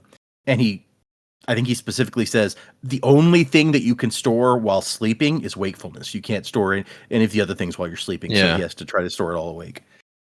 Okay. So thank you, Jonathan. If you guys want to join our Patreon, Joe will give you a faring power for that. You can become a Twinborn if you also leave us a review and send us a 5-star review and send us an image of your review at our email address, thesanderlanche@gmail.com. Currently, I am almost done publishing my reactions to my first time reading Wind and Truth on the Patreon. So that's what's still going up for at least a few more weeks. And then we'll be getting into Isles of the Emberdark next. So that's what's going on over there. If you want to join up, you can hear my ramblings about those things. Check that out if you're interested. You can also find us on Instagram and Facebook and I almost said Bandtown. That's not right. What's the I don't know that any of us are that musically inclined that we could be Blue Sky. That's the one I was thinking of that began with a B. So check those things out. You could follow us in any of those places. Also, if you're interested, by the time this episode comes out, the 3rd episode of the new show in the Sanderlanche podcast network should have gone up. The bi-weekly Dungeon Crawler Carl podcast, Don't Gaslight Me, Jesus, where I'm going through the Dungeon Crawler Carl books with, the first one at least so far, with a different trio of newbies. And they're having a lot of fun with those. So check that out if you are a Dungeon Crawler Carl fan. Otherwise, thank you to our new patrons. Thank you to people who emailed in. We still have a bunch of emails to go through. We just need the time to cover them. At some point, if they build up too much, we may have to have a special email segment as an extra episode or something when we had some extra time after a record or something. But thank you, everyone who just tunes in every week and listens. We appreciate you guys. Remember, we are doing 10 big number of chapters for next time. 10 chapters. We're finishing part 3, doing 5 interludes, and then doing 2 chapters into part 4. So if you're reading along with us, Those are the ones to read for next time. That's what we're going to read for next time. So, 10 chapters for next time. Music by Miracle of Sound. And Wasing to the Time of Next. Colo? P.S. Fasher. Crabs ahoy! Coronas wide, supernovas die, fractured in the fateful fall of man. Feel the heart raging of a strength unseen. Unity will bring the upper hand. So look to the break of dawn.